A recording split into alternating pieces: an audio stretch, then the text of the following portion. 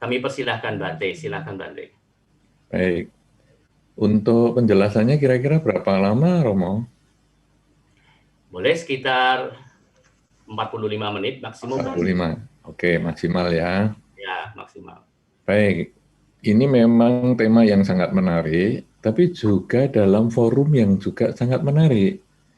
Karena Indonesian Tipitaka Chanting dan Asalha Mahapuja ini setahu saya sudah dilaksanakan beberapa kali. Jadi setiap tahun dilaksanakan. Tetapi karena berbagai hal, saya malah tidak bisa hadir di kompleks Wihara Mendut untuk pelaksanaan Asalha Mahapuja ini. Kemudian ketika pandemi, seperti yang tadi Romo juga sampaikan, bahwa di Jawa Timur pun juga zonanya juga cukup lumayan. Nah, ini malah saya bisa hadir, bisa datang bersama-sama dalam memeriahkan Indonesian Tipitaka Chanting dan Asalha Mahapuja 2565-2021. Jadi ini satu hal yang juga luar biasa. Sehingga bagi saya ini satu kesempatan yang baik sekali untuk ya cerita-cerita tentang Dharma lah kepada Anda semua yang sebetulnya Anda semua juga sudah memahami karena teori ataupun pemahaman tentang hiri otapa, tentang rasa malu untuk melakukan hal yang tidak baik dan merasa takut akan akibat perilaku yang tidak baik, sebetulnya kita sudah tahu semua, cuman mungkin nanti kita bahas sebagai satu pendalaman saja supaya nanti waktu kita tanya jawab itu akan lebih bisa langsung diterapkan di dalam kehidupan sehari-hari. Nah, saudara-saudara yang berkumpul di sini maupun yang nanti satu ketika setelah acara ini juga bisa melihat dokumentasinya, karena dengan sistem dalam jaringan atau daring seperti ini sebetulnya sangat luar biasa. Ini berbeda dengan kegiatan-kegiatan yang sebelumnya ataupun maksud saya sebelum pandemi.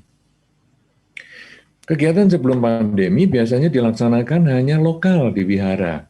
Saya kira Romo Ayo pun juga sudah banyak ceramah di berbagai tempat oleh pengurus wihara, kelihatannya ya direkam. Tetapi rekamannya mana? Rekamannya tidak ada. Kalau kita mau nyari Romo Ayo ceramah di wihara A, tidak ketemu rekamannya.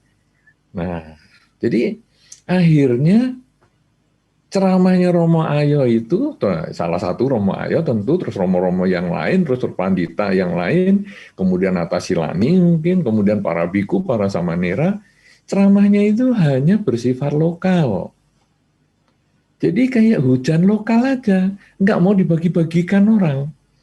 Jadi kalau kita mau search di YouTube atau di mana, nggak ketemu. Nah, tapi dengan adanya pandemi ini, dengan kita ada ceramah secara dalam jaringan, daring, ini justru lebih enak. Ya, mudah-mudahan ini nanti juga bisa diakses lewat YouTube, karena kelihatannya tadi ada perubahan alamat dan sebagainya yang mungkin jadi masalah, mudah-mudahan bisa diakses sehingga ceramah kita ini bukan hanya diikuti oleh 200 orang ini saja, kemudian nanti nggak tahu kemana lagi, tapi kalau bisa ya satu ketika diupload juga di YouTube kalau malam ini masih ada gangguan, sehingga nanti bisa didengarkan oleh banyak orang. Karena ini sebetulnya adalah salah satu manfaat ketika kita tidak bertemu secara langsung karena pandemi, yang tadi juga Romo Ayo sudah sampaikan, di daerah Jakarta juga demikian luar biasa, di daerah Jawa Tengah juga luar biasa, di daerah Jawa Timur juga luar biasa. Ya, jadi secara umum memang agak mengerikan, sehingga kita juga mengurangi untuk ketemu dengan orang lain dan lain sebagainya, karena jangan sampai kita ini mempersulit diri sendiri, juga mempersulit lingkungan. Mempersulit diri sendiri kalau sakit adalah ya diri sendiri kan butuh diobati. Lingkungan adalah keluarga mungkin jadi bingung, kemudian mau nyari rumah sakit juga susah, mau nyari oksigen juga susah, mau nyari obat juga susah. Nah, kalau kita bisa jaga semua untuk diri kita, maka kita juga bisa memberikan ketenangan, kedamaian untuk diri sendiri, keamanan untuk diri sendiri, dan juga keamanan untuk yang lain. Nah, sekarang kita balik ke tema kita. Bahwa rasa malu dan rasa takut akan akibat ini sebetulnya sudah ada di dalam diri kita masing-masing. Karena sebetulnya rasa malu ini sudah dididik oleh orang tua kita. Bahkan kalau di dalam Sigalowadah Sutta, kita sebagai anak terhadap orang tua, sikap kita itu ada, yaitu menjaga nama baik orang tua. Ya, jadi kalau saya sekarang menyampaikan misalnya tema-tema untuk orang tua, tema-tema untuk perumah tangga, mungkin ada orang yang mengatakan saya masih muda, belum cocok nih temanya. Atau untuk berumah tangga, belum cocok juga, karena saya juga masih belum berumah tangga. Oke, tapi sekarang kita sebagai anak, kita tentu tidak bisa mengatakan, wah saya belum pernah menjadi anaknya orang. Nggak mungkin. Kalau kita nggak pernah jadi anaknya orang, masa kita anaknya makhluk lain atau makhluk tak tampak? Kan nggak mungkin. Kita pasti jadi anaknya orang. Apakah kita pernah jadi orang tua atau sudah jadi orang tua? Belum tentu. Apakah kita sudah pernah berumah tangga? Belum tentu. Tapi apakah kita pernah menjadi anak dari seseorang, anak dari ayah dan ibu kita? Pasti sudah. Dan di dalam Sigalowadah Sutta, tugas anak kepada orang tua ada banyak, ada 5. Tapi yang saya mau sampaikan di sini adalah bahwa anak punya kewajiban menjaga nama baik orang tua. Saudara-saudara, kalimat menjaga nama baik orang tua ini kadang-kadang berlalu begitu saja. Padahal kalau kita ingat diri kita, nama kita ini membawa nama keluarga. Romo Darmanadi Chandra. Nah, ini dari Chandra ini sudah jelas ini nama keluarga. Ya, marganya margatan ini pasti. San. Ya kan? Nah, jadi Romo Darmanadi Chandra Margatan ini beliau bukan muncul sendirian. Saya menjatuhkan Romo Darmanadi bukan hanya karena di sini ada Romo Darmanadi saja ya, tapi ini banyak, ini kan orangnya juga ratusan, kemudian nanti kalau disaksikan lewat YouTube juga tentu banyak. Ya, tapi ini saya mengambil contoh saja bahwa kita ini punya nama keluarga. Kemudian nama keluarga Darmanadi Chandra Tan tadi itu bukan muncul sendirian. Marga ini sudah muncul atau diberikan oleh ayah dari Romo Darmanadi Chandra. Tapi ayah itu, ayahnya Romo tadi juga diberikan nama Tan itu oleh kakeknya. Diberikan lagi oleh leluhur-leluhurnya dan lain sebagainya. Sehingga panjang sekali riwayat nama keluarga Tan dalam keluarga Romo Darmanadi Chandra. Kemudian kita masing-masing juga punya namanya, masing-masing ada. Nah, saudara-saudara, berarti nama kita ini bukan hanya milik pribadi. Nama kita ini milik keluarga. Milik ayah, milik kakek, nenek, kemudian di atasnya kakek nenek itu ada nenek moyang lah, leluhur lah.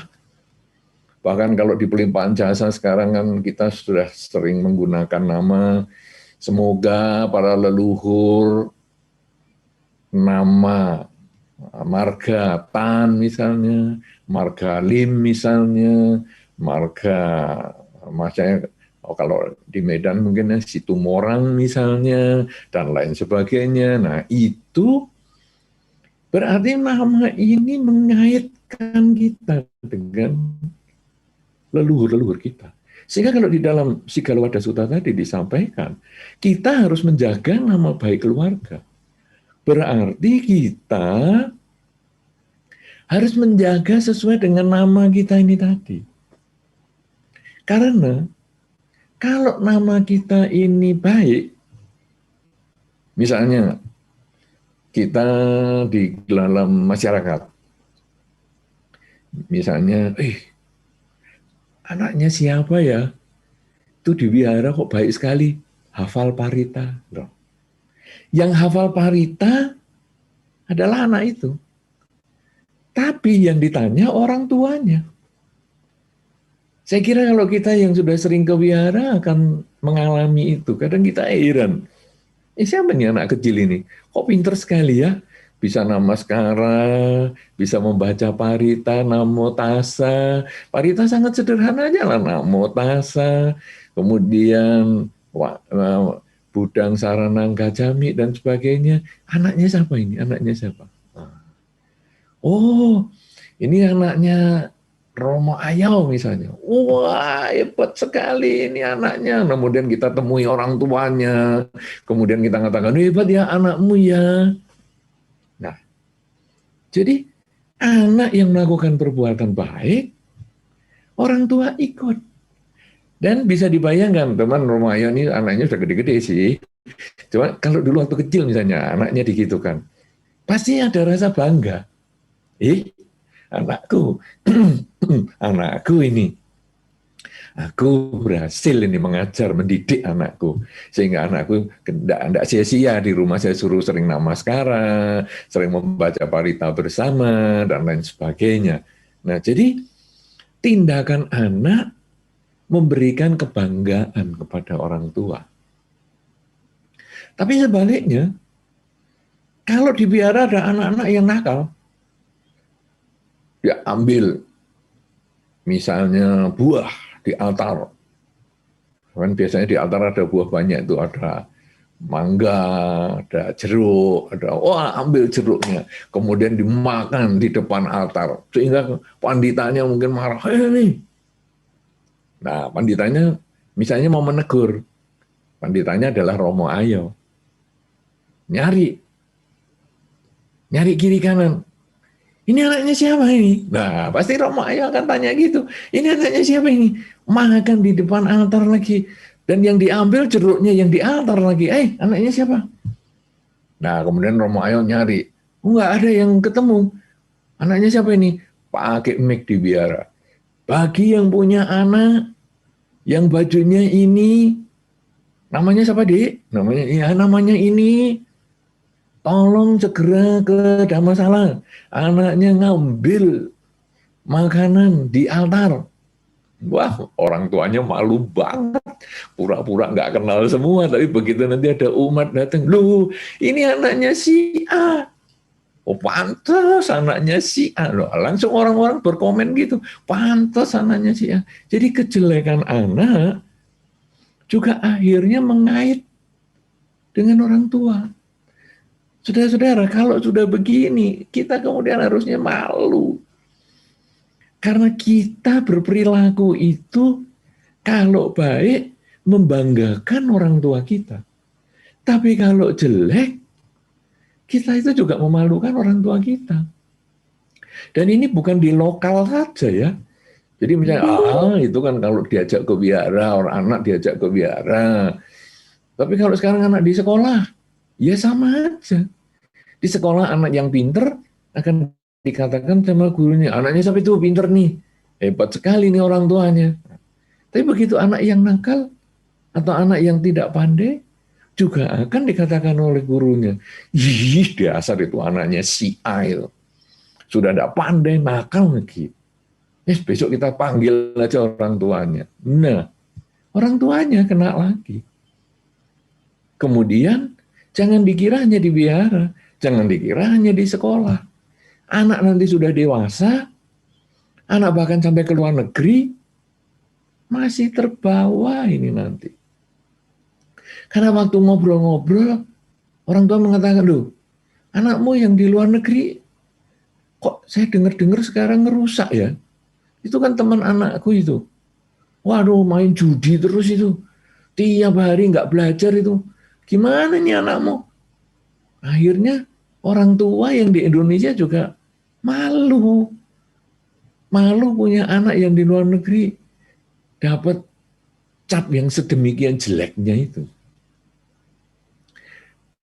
Tapi kalau nanti anaknya yang di luar negeri ini baik, teman-teman orang tua juga mengatakan, hebat loh anakmu ini. Waduh, ternyata di luar negeri belajarnya juga luar biasa. Sampai dia menjadi, waduh, pelajar yang terbaik, best student. Kemudian juga dia dapat beasiswa. Wah, malah ditawari berbagai pekerjaan. Hebat sekali nih anakmu. Loh, kok kamu tahu? Wih, anakmu itu kan tetangganya anakku di rumah, dari kan dia kan sudah sekarang punya rumah tuh, sudah bisa beli rumah, sudah bisa kerja. Itu tetangga satu kompleks, satu blok lah dengan anakku. Jadi aku tahu. Nah, jadi sampai luar negeri pun dia akan bisa tetap terkait karena nama itu tadi. Nah, karena itu kalau sekarang kita kemudian melihat bahwa Sang Buddha di dalam Sigalawadah Sutta menugaskan anak menjaga nama baik orang tua. Karena kemanapun Anda pergi, kita itu tetap anaknya orang tua kita ini. Bahkan sampai orang tua meninggal pun di dalam Sigalawadah Sutta masih dikatakan, ayo lakukan pelimpahan jasa. Sehingga tadi dikatakan ada kertasnya kalau kita di Balirejo ataupun di Blitar itu sama Ki Jaya kita kalau Patik Dana kan kita pasang nama kepada semua leluhur marga. Nah, tulis itu. Marga Tan misalnya atau apalah terserah. Artinya walaupun mereka sudah meninggal tetap kita ingat.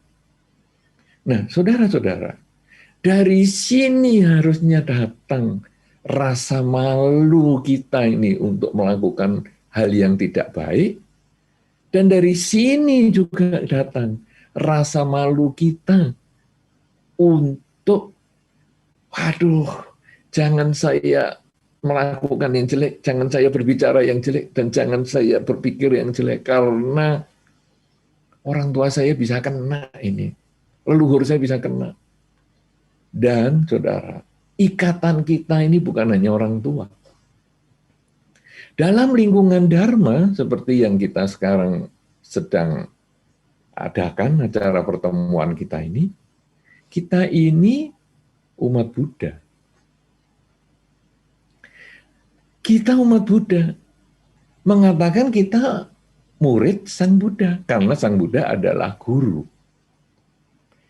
Coba Anda renungkan ketika kita menjadi murid, ataupun kalau yang ikut di acara ini ada yang masih murid, coba ikuti.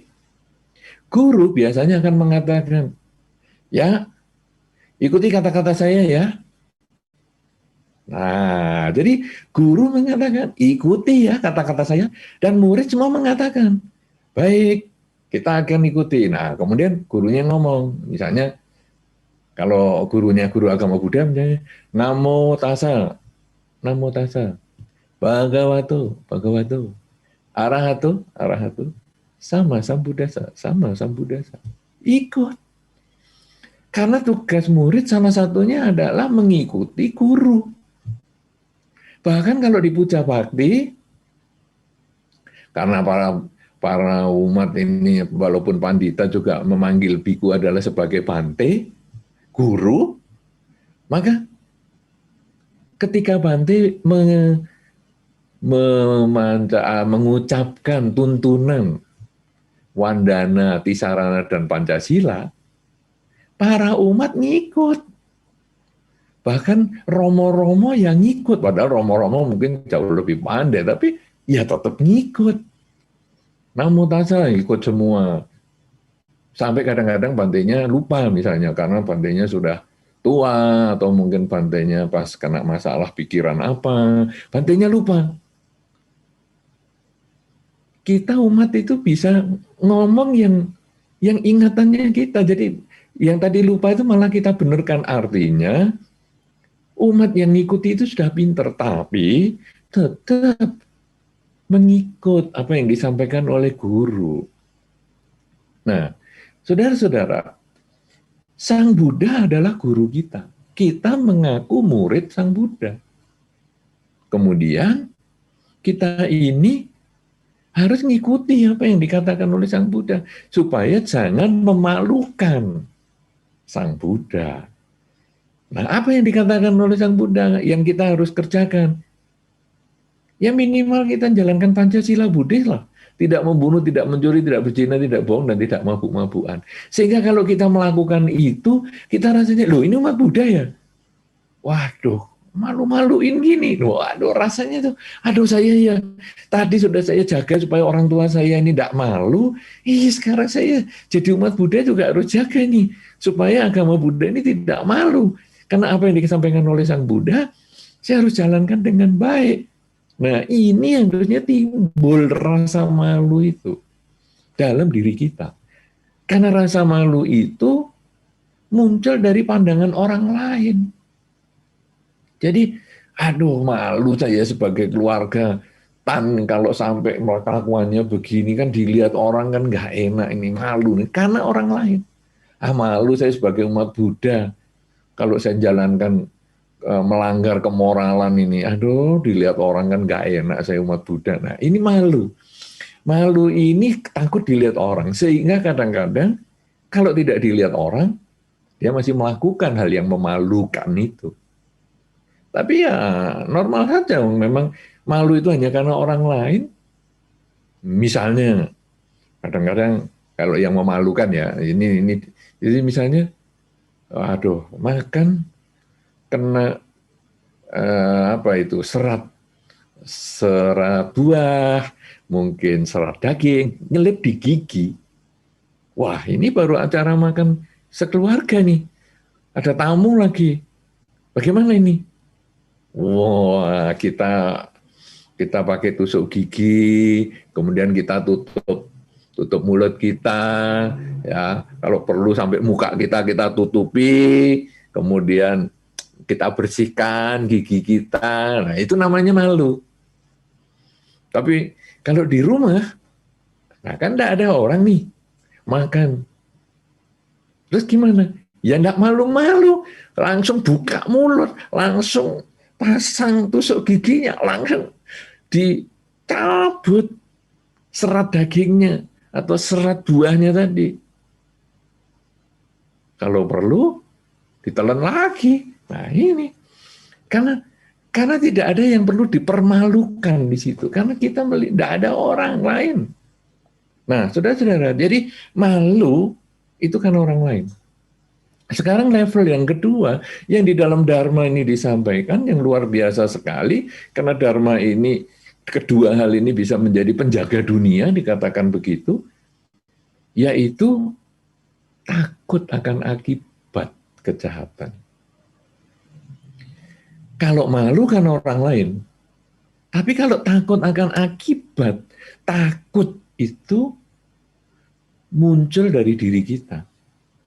Jadi, saya sadar ini akibatnya ini berbahaya. Maka saya tidak mau melakukan itu.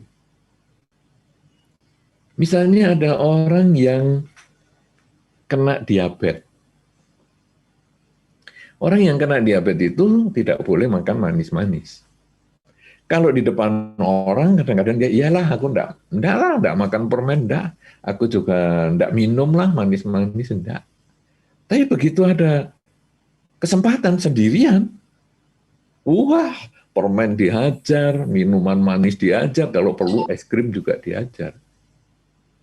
Nah, ini dia hanya punya malu, dia enggak punya takut. Tapi sekarang, aduh, kalau saya makan manis-manis, baik itu permen, baik itu minuman, gula darah saya naik, yang sakit, yang harus minum obat, yang harus disuntik insulin, diri saya sendiri. Lah untuk apa saya menyakiti diri saya sendiri? Saya takut akan akibat ini. Saya tidak mau disuntik itu. Nah, jadi gimana sekarang? Walaupun tidak ada orang, saya tetap tidak mau makan. saya tidak mau makan permen manis-manis. Walaupun tidak ada orang, saya tidak mau minum manis-manis karena saya takut akan akibat kejahatan. Takut akan akibat saya makan manisan ini, karena itu yang jadi korban adalah diri saya sendiri. Nah, otapa ini adalah rasa takut akan akibat. Tapi bukan hanya karena diabetes saja, tapi takut akan akibat kejahatan yang kita lakukan. Jadi, di dalam Dharma itu, sesuai dengan benih yang kita tanam, itulah yang kita panen. Kalau kita melakukan kebaikan, kita memetik kebahagiaan. Kalau kita melakukan kejahatan, kita juga akan mendapat penderitaan. Dan itu yang mengerikan. Karena kadang-kadang orang mengatakan, oh Bante, gampang sekali. Kita kan memang tahu tanam padi, tumbuh padi. Jadi kalau sekarang ada anak tetangga saya, kemudian dia masuk ke rumah saya, tidak pakai izin, ya saya tabok aja kepalanya, plak begitu. Paling saya kan disebut ditabok kepalanya, jangan ditabok kepala sama anak kecil gitu. Kecil lah, saya enggak masalah. Loh, tidak seperti itu hukumnya. Tanam padi, tumbuh padi. Tanam satu padi, satu butir padi itu tumbuhnya tidak cuma satu butir padi. Tanam satu butir jagung, tumbuhnya tidak cuma satu butir jagung. Tapi ketika tanaman satu butir padi atau jagung ini tumbuh, kemudian dia sudah siap berbuah, padinya itu jumlahnya banyak sekali. Bulirnya. Kemudian kalau dia berbentuk jagung, jagungnya itu juga banyak sekali. Yang itu biasa kalau dimakan sampai seperti main harmonika itu jumlahnya banyak sekali. Jadi petaninya tidak rugi. Kalau petaninya nanam satu butir padi tumbuhnya satu butir jagung tumbuhnya satu, aduh ya petaninya nggak mau kerja lah, capek. Tapi ketika satu butir padi ini, waduh buahnya jadi banyak. Satu butir jagung ini, buahnya jadi banyak. Maka petaninya bahagia. Nah sekarang, kalau ini kita berbicara tentang karma baik, saya melakukan kebajikan sedikit, buahnya juga banyak, saya bahagia. Tapi kalau saya berbicara kejahatan, saya nabok anak kecil tadi, plak. Saya orang dewasa, dia anak kecil, plak kecil sekali. Buah nabok anak kecil itu, jadi kita hanya nanam satu butir, tapi nanti bisa panen yang banyak. Dan kita bisa dapat kesulitan dari perbuatan buruk yang sederhana tadi. Dan itu yang membuat kita gemetar, membuat kita takut. Bahwa nanti saya juga yang akan memetik buahnya. Dan kalau kita takut seperti itu, kita berhenti melakukan kejahatan. Tapi malah kita jadi berani untuk berbuat baik lebih banyak. Karena berbuat baik itu walaupun satu butir padi yang saya tanam tadi, buahnya akan banyak. Jadi kalau saya sering berbuat baik, di sana saya berbuat baik, di sini saya berbuat baik, maka nanti ketika tanaman itu tumbuh dan saya memetik buahnya, aduh hidup saya sangat bahagia. Oleh karena itu, rasa malu dan takut ini mengkondisikan kita menjaga kelakuan kita. Menjaga kelakuan kita dari yang buruk, tapi mendorong kita untuk selalu melakukan kebaikan. Karena kita sudah tahu buah kebaikan itu pasti jatuh ke kita. Nah, kita juga takut buah kejahatan itu datang pada kita, maka kita hindarkan. Karena kita tidak bisa memindahkan kejahatan kita ini buahnya kepada keluarga. Misalnya orang mengatakan, biar aja nanti saya yang berbuat kejahatan, enggak apa-apa, biar anak-anak yang menanggung. Enggak bisa. Kalau di dalam Dharma, saya yang berbuat jahat. Nanti saya juga yang akan menanggung, entah di kehidupan ini atau di kehidupan selanjutnya. Tapi pasti. Jadi tidak ada yang diturunkan. Tapi kalau ada yang mengatakan, Lah, orang tua saya jahat kok hidup saya menderita. Nah, itu cerita lain karena kita juga punya buah karma buruk kita sendiri yang mungkin kita lakukan sejak kehidupan sebelumnya sehingga kita terkondisi lahir di keluarga yang kelakuannya kurang baik sehingga ketika orang tua kita melakukan kejahatan berbuah seolah-olah saya memetik buah kelakuan jahat orang tua, padahal bukan. Itu saya terkondisi memetik buah kelakuan buruk saya di kehidupan sebelumnya, karena saya terlahir di keluarga yang seperti ini. Nah, jadi karma itu akan berbuah pada si pelakunya sendiri. Dia tidak akan salah alamat itu tidak. Kalau Anda ngasih Google Maps, orang bisa salah alamat. Tapi kalau karma, dia tidak pernah salah. Nah, kalau kita sudah punya rasa malu, dan kita punya rasa takut, kalau malu berbuat jahat jadi karena dilihat orang, kalau sekarang takut karena akibat, maka sekarang apa yang harus kita lakukan kalau di dalam kehidupan kita sehari-hari sebagai seorang umat Buddha, supaya kita ini nanti selanjutnya ini kita akan menjadi orang yang baik, bukan hanya di saat ini saja kita itu timbul rasa malu dan takut, tapi nanti habis acara ini selesai, kemudian kita berani lagi berbuat jahat. Nah, saudara-saudara, kita sekarang harusnya mulai kita membuat tekad.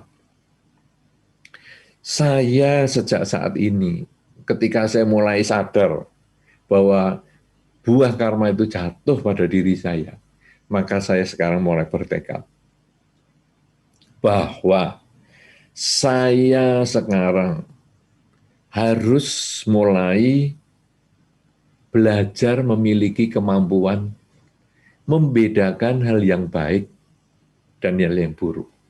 Karena kalau saya melakukan yang baik, tidak memalukan orang tua.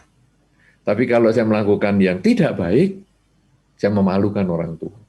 Kalau saya melakukan yang baik, buahnya bahagia. Saya melakukan yang tidak baik, buahnya yang menakutkan bagi saya. Jadi saya mulai membedakan. Saya bertekad sekarang. Saya mau belajar. Saya bertekad untuk membedakan yang baik dan yang buruk. Karena ketika saya bisa membedakan yang baik dan yang buruk, maka saya nanti akan memilih yang baik, meninggalkan yang buruk. Nah sekarang yang baik itu bagaimana? Yang baik itu kalau dilakukan tidak menimbulkan penyesalan untuk kita. Jadi kita melakukan apa saja kalau tidak nyesel, kita tidak sampai mikir-mikir, aduh tadi kenapa ya saya gini. Itu sebetulnya sudah perbuatan baik. Kita ucapan yang baik juga tidak pernah menimbulkan penyesalan. Selain tidak menimbulkan penyesalan untuk diri kita, sekaligus memberikan kebahagiaan untuk orang atau pihak yang menerima perbuatan baik kita. Ya, jadi jangan, aku kalau ngomong jahat juga nggak pernah nyesel tuh. Aku kalau mukul orang juga nggak pernah nyesel tuh. Nah sekarang yang diomongi jahat, stres nggak? Sekarang yang dipukul stres nggak? Kalau stres berarti perbuatan itu bukan perbuatan baik. Karena syaratnya kedua-duanya harus ada, yaitu saya tidak merasa menyesal dan orang lain ataupun yang menerima perbuatan itu juga tidak menderita. Nah, apalagi yang ketiga adalah kalau kita membaca Dharma, buku-buku Dharma, atau mendengar ajaran-ajaran Sang Buddha, itu diajarkan oleh Sang Buddha, misalnya tidak membunuh, mencuri, berzina, bohong, dan mabuk-mabukan, menambah kebajikan, mengurangi kejahatan, dan menyucikan pikiran, dan lain-lain. Itu semua adalah perbuatan baik yang kita harus bedakan dengan yang buruk tadi. Kalau kita sudah bisa itu, maka minimal kita sudah jaga kelakuan kita, tidak memalukan, dan tidak lagi membuahnya itu menakutkan untuk kita. Kemudian yang kedua adalah bahwa saya kalau sudah tahu ini benar, maka sekarang saya akan melakukannya dengan sungguh-sungguh. Jadi saya bukan hanya tahu teorinya saja, wah ini perbuatan baik, teori itu. Sekarang ini perbuatan baik, dan saya harus lakukan. Saya yakin dengan apa yang sudah saya ketahui, saya sudah mantap, karena memang tidak menimbulkan kekecewaan, tidak menimbulkan penyesalan bagi saya, tidak menimbulkan penderitaan bagi makhluk lain, dan ini memang didukung oleh Dharma, maka saya lakukan dengan sungguh-sungguh. Nah, jadi sudah bisa membedakan, ya lakukan. Kemudian yang ketiga adalah, sekarang yang jelek-jelek itu kita ini, namanya orang belum mencapai kesucian. Kadang-kadang yang masih punya kejelekan. Ya, jadi kadang-kadang ya kita sudah usaha nih, jangan ngomong yang jelek. Ya bocor juga ngomong jelek. Jangan mikir yang jelek. Bocor juga mikir jelek. Enggak apa-apa. Selama kebocoran itu bisa kita ketahui, selama kebocoran itu kita sadari, tidak apa-apa. Yang penting jangan diulang. Jadi begitu kebocoran itu muncul, kemudian kita bertekad, jangan sampai kita ngomong lagi ya. Jangan sampai saya melakukan tindakan yang jelek itu lagi. Jangan sampai saya berpikir lagi. Jadi kita berusaha mengembangkan kesadaran. Supaya di masa depan, jangan sampai hal-hal yang buruk itu kita ulang-ulang. Tapi yang kita ulang-ulang adalah hal yang baik. Karena kita sudah tahu manfaat perbuatan baik itu, satu butir ditanam, buahnya banyak. Jadi kalau saya sudah bisa mempunyai kebijaksanaan untuk membedakan yang baik dan yang buruk, kemudian saya melakukan teori saya tadi, yang sudah saya ketahui ini dengan sungguh-sungguh. Kemudian yang ketiga, kalau terjadi kebocoran karena saya masih belum mencapai kesucian, masih ada kata-kata, perilaku, pikiran yang kurang baik, ya saya berusaha bertekad untuk saya tidak mengulang di masa depan. Dan karena kita melakukan ketiga hal ini bersamaan, terus-menerus sepanjang waktu, maka muncullah kebijaksanaan dan ketenangan batin. Karena kita merasa apa yang sudah saya lakukan ini sudah tidak terlalu menjadi beban, karena saya sudah mengisi hidup kita ini dengan hal yang baik. Jadi menimbulkan ketenangan batin, menimbulkan kebahagiaan, karena saya sudah sedikit demi sedikit mengurangi kejahatan. Sedikit demi sedikit saya menambah kebajikan, dan sedikit demi sedikit saya membersihkan pikiran saya. Nah, saudara-saudara, jadi rasa malu dan takut ini, yang kalau tadi di dalam tema katanya disampaikan bahwa rasa dan malu ini semakin jauh, tapi sangat dibutuhkan. Jauhnya di mana? Jauhnya tetap di dalam diri kita. Cuman memang kadang kita tidak terlalu menyinggung hal itu. Kita menganggap itu kita sudah menjadi milik kita. Karena sudah diajarkan oleh orang tua kita. Jadi rasanya ini kita tidak perlu lagi pelajari. Itu seolah-olah jauh. Jadi jauhnya itu bukan di luar diri kita. Tapi ada di dalam diri kita. Kesempatan ini kita hanya membangkitkan kembali bahwa yang ada di dalam diri kita ini, ayo kita kenali lagi. Kita buka sekarang. Supaya kita bisa pelajari lagi. Bahwa ada rasa malu, karena kita minimal hidup ini terkait dengan orang tua kita, terkait dengan lingkungan kita, entah lingkungan agama, terkait dengan lingkungan masyarakat, ya, terkait dengan teman-teman, terkait dengan sekolah, terkait dengan segala macam, yang itu kemudian membawa kita rasa malu melakukan kejahatan. Kemudian kita lalu merenung lagi, selain rasa malu ternyata ada rasa takut. Takut akan akibat. Nah, ini kalau kita sudah memahami ini bahwa semua yang saya lakukan ini buahnya jatuh pada diri kita, maka kita kemudian bukan hanya berhenti, kita mulai mengembangkan kualitas diri kita yang jauh lebih baik lagi. Yaitu bisa membedakan yang baik dan yang buruk, yaitu kebijaksanaan.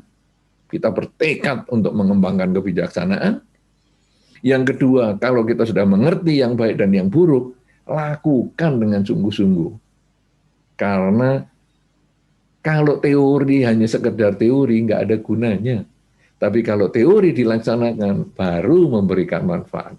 Kalau sudah dilakukan dengan sungguh-sungguh, maka kemudian kalau ada hal yang masih kurang di dalam pikiran kita, hal yang masih kurang di dalam ucapan, hal yang masih kurang di dalam perilaku, sadari itu dan bertekadlah untuk selanjutnya saya tidak mengulang kesalahan-kesalahan yang sama. Jadi hidup ini menjadi pelajaran setiap hari agar kita setiap hari menjadi yang lebih baik di dalam cara berpikir, cara berbicara, dan cara bertindak. Dan akhirnya muncullah ketenangan batin. Ketenangan batin karena batin kita mulai mampu mengurangi kesalahan-kesalahan, mengurangi karma buruk, dan menambah kebajikan.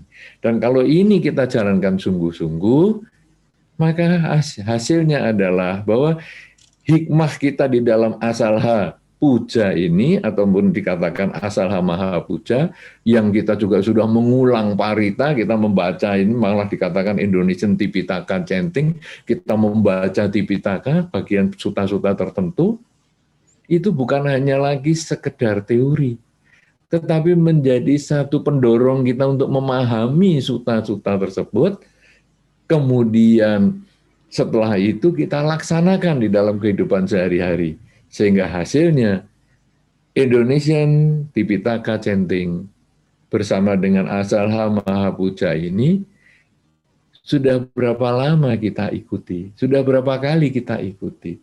Sudahkah saya berubah? Sudahkah saya menjadi orang yang lebih baik dengan Tipitaka yang saya baca?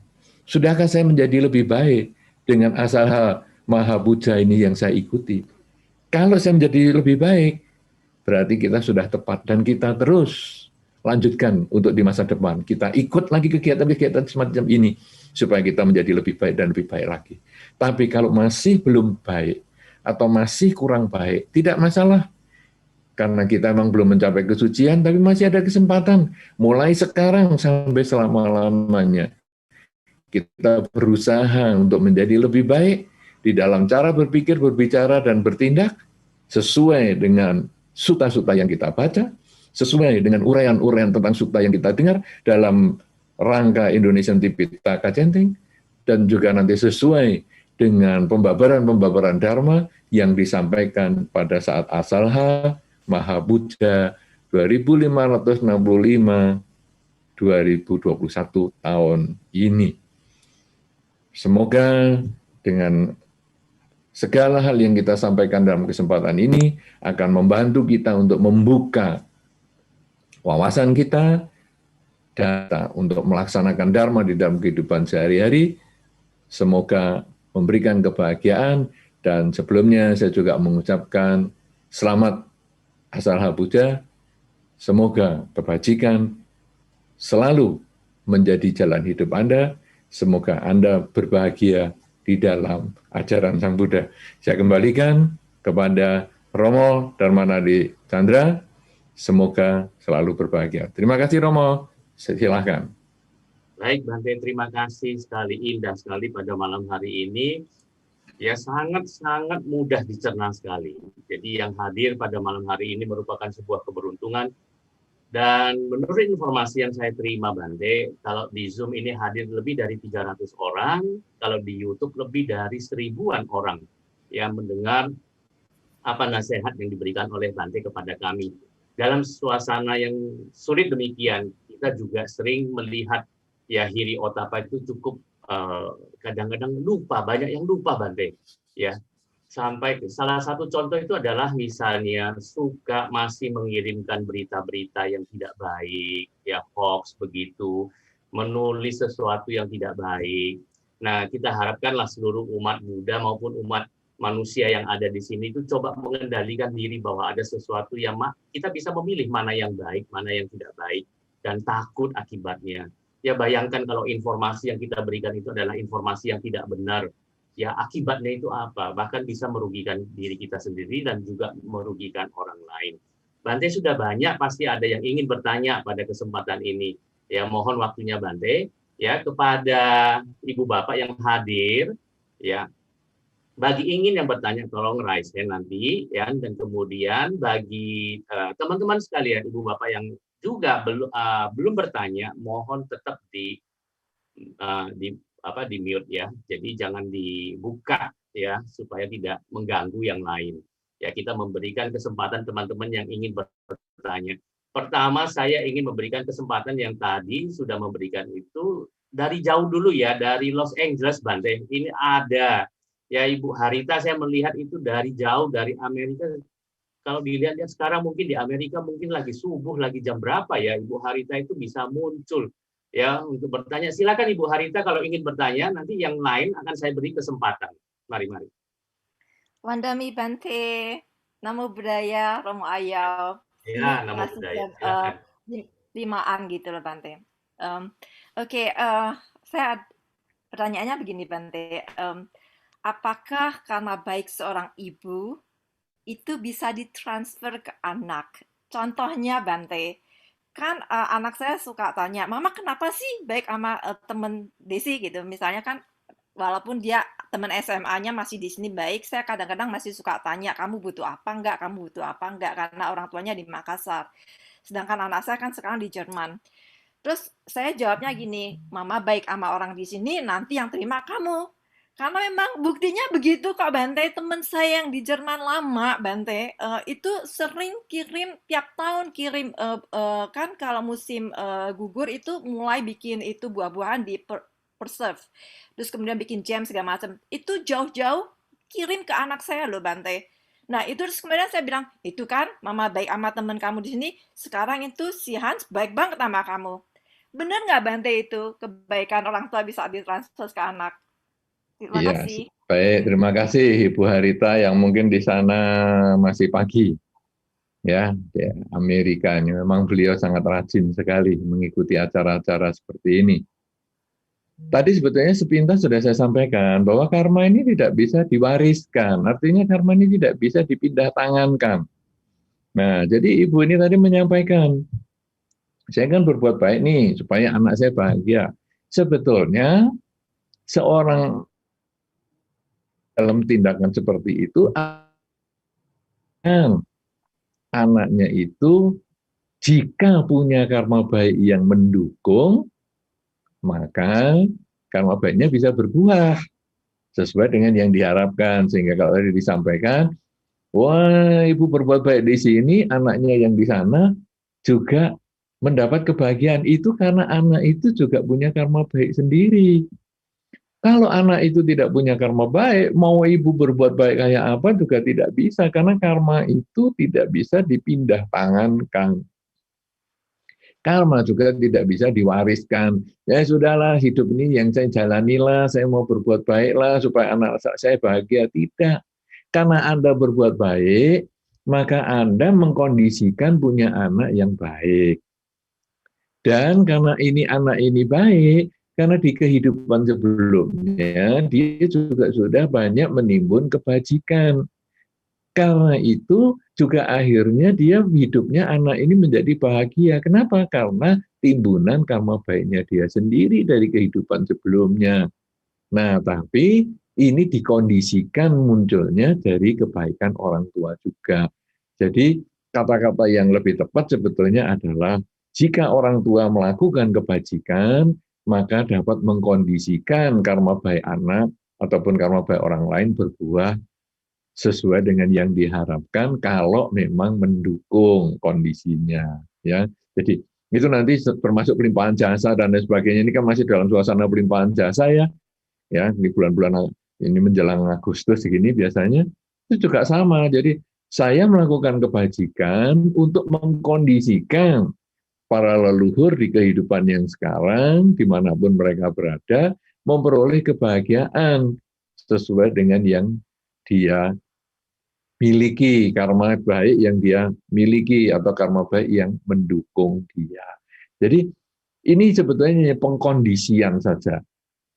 Kalau orang sekarang kalau orang dulu sih sebetulnya orang dulu ceritanya itu adalah dengan misalnya kalau punya buah yang belum matang, misalnya buah mangga misalnya belum matang, kemudian dikondisikan yaitu diperam istilahnya bahasa Indonesianya.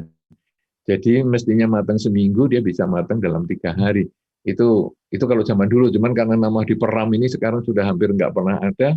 Nanti saya contohnya di kehidupan yang sekarang untuk anak-anak muda itu bahwa ini hanya mengkondisikan saja untuk Anda bahagia, untuk anak Anda yang bahagia. Begitu ya. Tapi Anda tetap si pelaku kebajikan yang memetik buahnya yang paling banyak.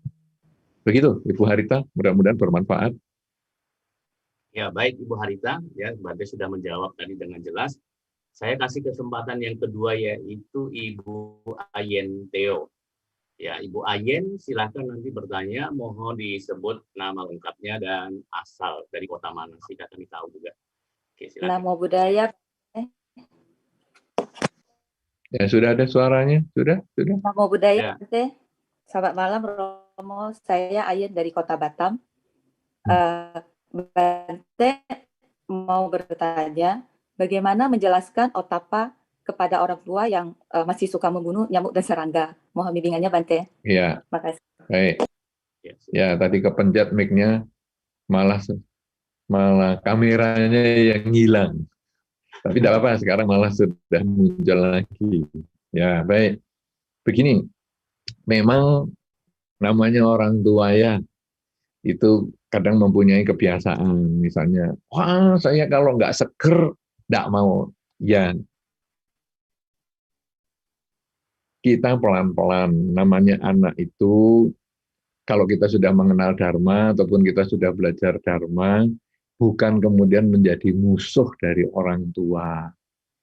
Tapi kita berusaha melakukan pendekatan dari berbagai hal dan juga butuh waktu yang agak lama. Misalnya, kita membuat kesamaan, misalnya analogi. Sebetulnya kan kasihan loh ayam ini kalau dibunuh.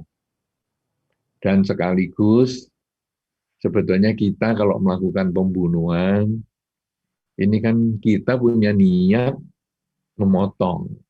Ini sebetulnya kita niat itu karma buruk, Ma. Nah, jadi kalau sekarang Mama misalnya mau makan ayam goreng misalnya, atau mau masak dengan daging ayam, kenapa nggak kita beli daging di pasar aja, Ma? Binatang itu kan sudah mati. Jadi kita tidak mempunyai niat untuk membunuh. Biarlah binatang itu yang mati, karena kita beli atau nggak beli binatang itu sudah mati. Loh, tapi kan kalau kamu nggak beli, kan binatang itu nggak dibunuh. Enggak juga. Kita beli makan, kita misalnya beli ayam, daging ayam ini seminggu berapa kali? Tahu juga pembunuhannya jalan terus. Atau malah kita sebulan baru sekali beli satu daging ayam, satu ayam utuh. Kan pembunuhannya tiap hari. Jadi kalaupun saya nggak makan, orang lain akan makan. Karena itu kita di dalam Dharma membeli bangkai ayam di pasar tidak masalah. Kita boleh, tapi kalau kita memotong ayam itu sendiri, kita melakukan karma buruk. Nah, tapi orang tua kita jelaskan gitu masih nggak mau. Nggak apa-apa. Jangan kemudian kita malah menggunakan ayat-ayat, menurut Sang Buddha, kamu ini bikin karma buruk. Seperti air menetes, setetes demi setetes. Dalam semalam nanti satu tempayan juga penuh. Demikian pula kalau mama memotong ayam seekor demi seekor. Nanti seumur hidup puluhan tahun umur mama, berapa banyak ayam yang sudah dibunuh, berapa buruk karma mama. Nanti terlahir di alam menderita, baru tahu. Wah, orang tua langsung, nak kamu lebih baik keluar dari rumah ini aja. Nah, rasanya saya kok nggak punya anak seperti kamu ya, nak. Kenapa? Karena kita menjadikan pemahaman Dharma ini sebagai musuh. Padahal sekarang ya kita sesuaikanlah kemampuan orang tua. Kalau kita belum bisa, nah mama, nanti kalau mau motong ayam ngomong sama saya aja, nanti saya belikan daging di pasar, Mas, dan seterusnya. Jadi kita berusaha mengkondisikan pelan-pelan untuk itu kepada orang tua. Ya. Jadi jangan main potong saja, jangan main menghadapinya dengan kata-kata yang kasar. Kalau sampai kita nggak bisa, coba kita cari, mama ini dekatnya sama siapa ya? Oh, dia sama kakaknya mama. Oke, kita titip omongan sama kakaknya mama. Kakak mama kita misalnya, tolong ya dikasih tahu mama saya, aduh dia kalau motong-motong ayam sendirian gini. Nah, jadi kita lewat orang yang dia percayai, lewat orang yang dia yakini. Karena kita kalau anak mungkin sama orang tua, kamu anak kecil ngerti apa, ngomong apa. Tapi kalau dia orang yang dia hormati, dia yang yakini, mungkin akan dipertimbangkan. Ya, jadi saya hanya menyarankan perlu kesabaran, perlu pemahaman untuk butuh waktu memberikan penjelasan kepada orang tua yang masih dirasa belum punya otapa di bagian itu. Tapi tidak semua bagian dia otapa, ya. Jadi semua bagian dia tidak takut dengan kejahatan, tidak. Itu hanya satu saja. Mungkin kalau dia mau jahat, mencuri misalnya, kan dia juga takut. Jadi ada beberapa hal yang kita juga harus maklumi, ada orang-orang tertentu yang punya kelemahan, butuh waktu untuk memberikan pelajaran. Ya, begitu. Ibu Ayan atau masih saudari Ayan, pokoknya begitu. Makasih, Oke, Bante. terima kasih Bante barusan cerita begini, saya juga ingat dulu ibu saya masih suka ya ke pasar beli ayam yang masih hidup, tetapi kemudian beliau berubah pelan-pelan. Memang butuh waktu untuk berubah, demikian. Baik, saya lanjut lagi dengan pertanyaan yang ketiga yang ingin bertanya kepada saudari Rustiati Sumonyoto ya. Silakan Bu Rustianti dibuka videonya, ingin bertanya kepada Bante. Nah, sebut asalnya dari mana Bu? Malam Bante, nama budaya. Saya cuma mau tanya, ini kan ada teman saya barusan meninggal. Bu Rus dari mana Bu Rus? Saya di Jakarta, Bante. Oh, di Jakarta. Romo, Jakarta. Jadi saya masih dalam pikiran saya itu begini, kan teman saya kan barusan meninggal. Terus dia muncul, bingung saya, maksudnya ya saya sih cuma dengar aja dia cerita gitu kan. Muncul dalam mimpi istrinya, cuman bilang jangan serakah jadi orang, gitu kan. Terus udah gitu ya udah gitu hilang lagi. Nah memang sebenarnya emangnya bisa muncul Bante. Itu tuh pertanyaan saya. Saya juga masih bingung gitu sampai saat ini. Kok bisa gitu muncul gitu kan dalam mimpi? Apakah emang benar orang itu atau cuman mimpinya orang itu sendiri? Apa pikirannya orang itu sendiri atau apa? Karena kan katanya teori itu kalau udah pati sandi kan udah beda alamnya. Jadi saya masih bingung Bante. Terima kasih. Sama-sama, baik. Ya, memang orang yang meninggal di dalam Dhamma dikatakan akan langsung terlahir kembali. Tapi langsung terlahir kembali sebagai apa? Kalau dia sebagai makhluk yang berada di sekitar keluarganya, mungkin masih bisa kasih informasi lewat minta melihat dari si A yang meninggal kemudian ngasih mimpi. Tapi saya malah melihat pesan dalam mimpi itu bagus. Jangan serakah. Apapun penyebabnya, yang penting ada kata-kata jangan serakah, dan itu yang sebaiknya oleh keluarganya ikuti. Apakah itu benar dari mendiang atau tidak, kita nggak usah pusingkan ya, karena banyak sebab yang bisa terjadi seperti yang Ibu sampaikan. Mungkin mendiang itu terlahir di sekitar keluarganya sehingga bisa ngasih mimpi. Mungkin juga itu hanya pikiran dari keluarganya dan berbagai hal yang lain. Tetapi kalau saya lebih meninjau pada kata-kata jangan serakah. Dan itu sebaiknya keluarganya ikuti, bukan hanya keluarganya saja, kita anggap kita semua juga bermimpi, karena jangan serakah itu adalah pesan kemoralan yang sangat luar biasa. Dan itu juga menjadi salah satu yang kita harus lakukan ketika kita punya malu dan takut. Ya, malu, misalnya kita sekarang di dalam acara Waisakan, kemudian ada acara prasmanan, ambil makan sebanyak-banyaknya, kan malu. Nah, itu kemudian kita, janganlah, kan masih ada teman-teman di belakang yang mau ngambil. Nah, kita juga praktekkan, itu namanya jangan serakah, itu sangat baik sekali. Ya, Ibu, jadi saya tidak menanggapi pertanyaan Ibu tentang yang makhluk-makhluk itu secara lebih khusus, tapi saya lebih menanggapi pesan yang penting itu, karena itu yang berhubungan dengan tema kita Hiri dan Otapa. Thank you, Bante. Oke. Silakan Romo. Ya, baik, terima kasih. Pertanyaan yang ketiga. Tapi teman-teman yang berada di ruang Zoom ini, saya memberikan kesempatan dulu ya, satu pertanyaan dari chat, ya mohon bersabar. Karena di sini ada sekitar 6 orang akan bertanya lagi, Bante. Ada sebuah pertanyaan dari chat YouTube, ya, kita memberikan kesempatan kepada mereka dulu, yaitu dari Sinalam. Ya, pertanyaannya adalah, mengapa hiri dan otapa itu dikatakan sebagai kekayaan sekaligus sebagai kekuatan dalam 7 kekayaan dhamma dan juga 7 kekuatan dhamma? Anumodana Bante dari Finalam. Ya, sebetulnya malah Hirotapa ini menjadi penjaga dunia. Jadi orang yang memiliki hiri dan otapa ini cenderung menjadi orang baik, atau malah kalau dia sudah sempurna kelakuannya, wah ini orang yang baik sekali, menjadi orang yang memperoleh pencerahan, memperoleh kebijaksanaan yang maksimal, karena dia betul-betul menjaga dirinya untuk tidak melakukan kejahatan apapun juga. Makanya tadi selain hiri otapa itu kan saya juga menambahkan tekad kita untuk membedakan yang baik dan buruk dan seterusnya untuk dilaksanakan itu. Jadi ini malah disebut penjaga dunia. Karena dengan orang hanya memiliki hiri dan otapa, punya rasa takut dan malu itu membuat diri kita aman, lingkungan kita juga aman. Ya, karena itu kalau mau dikelompokkan dengan kelompok-kelompok yang lain, bisa saja karena tergantung tujuannya tadi, tidak masalah itu.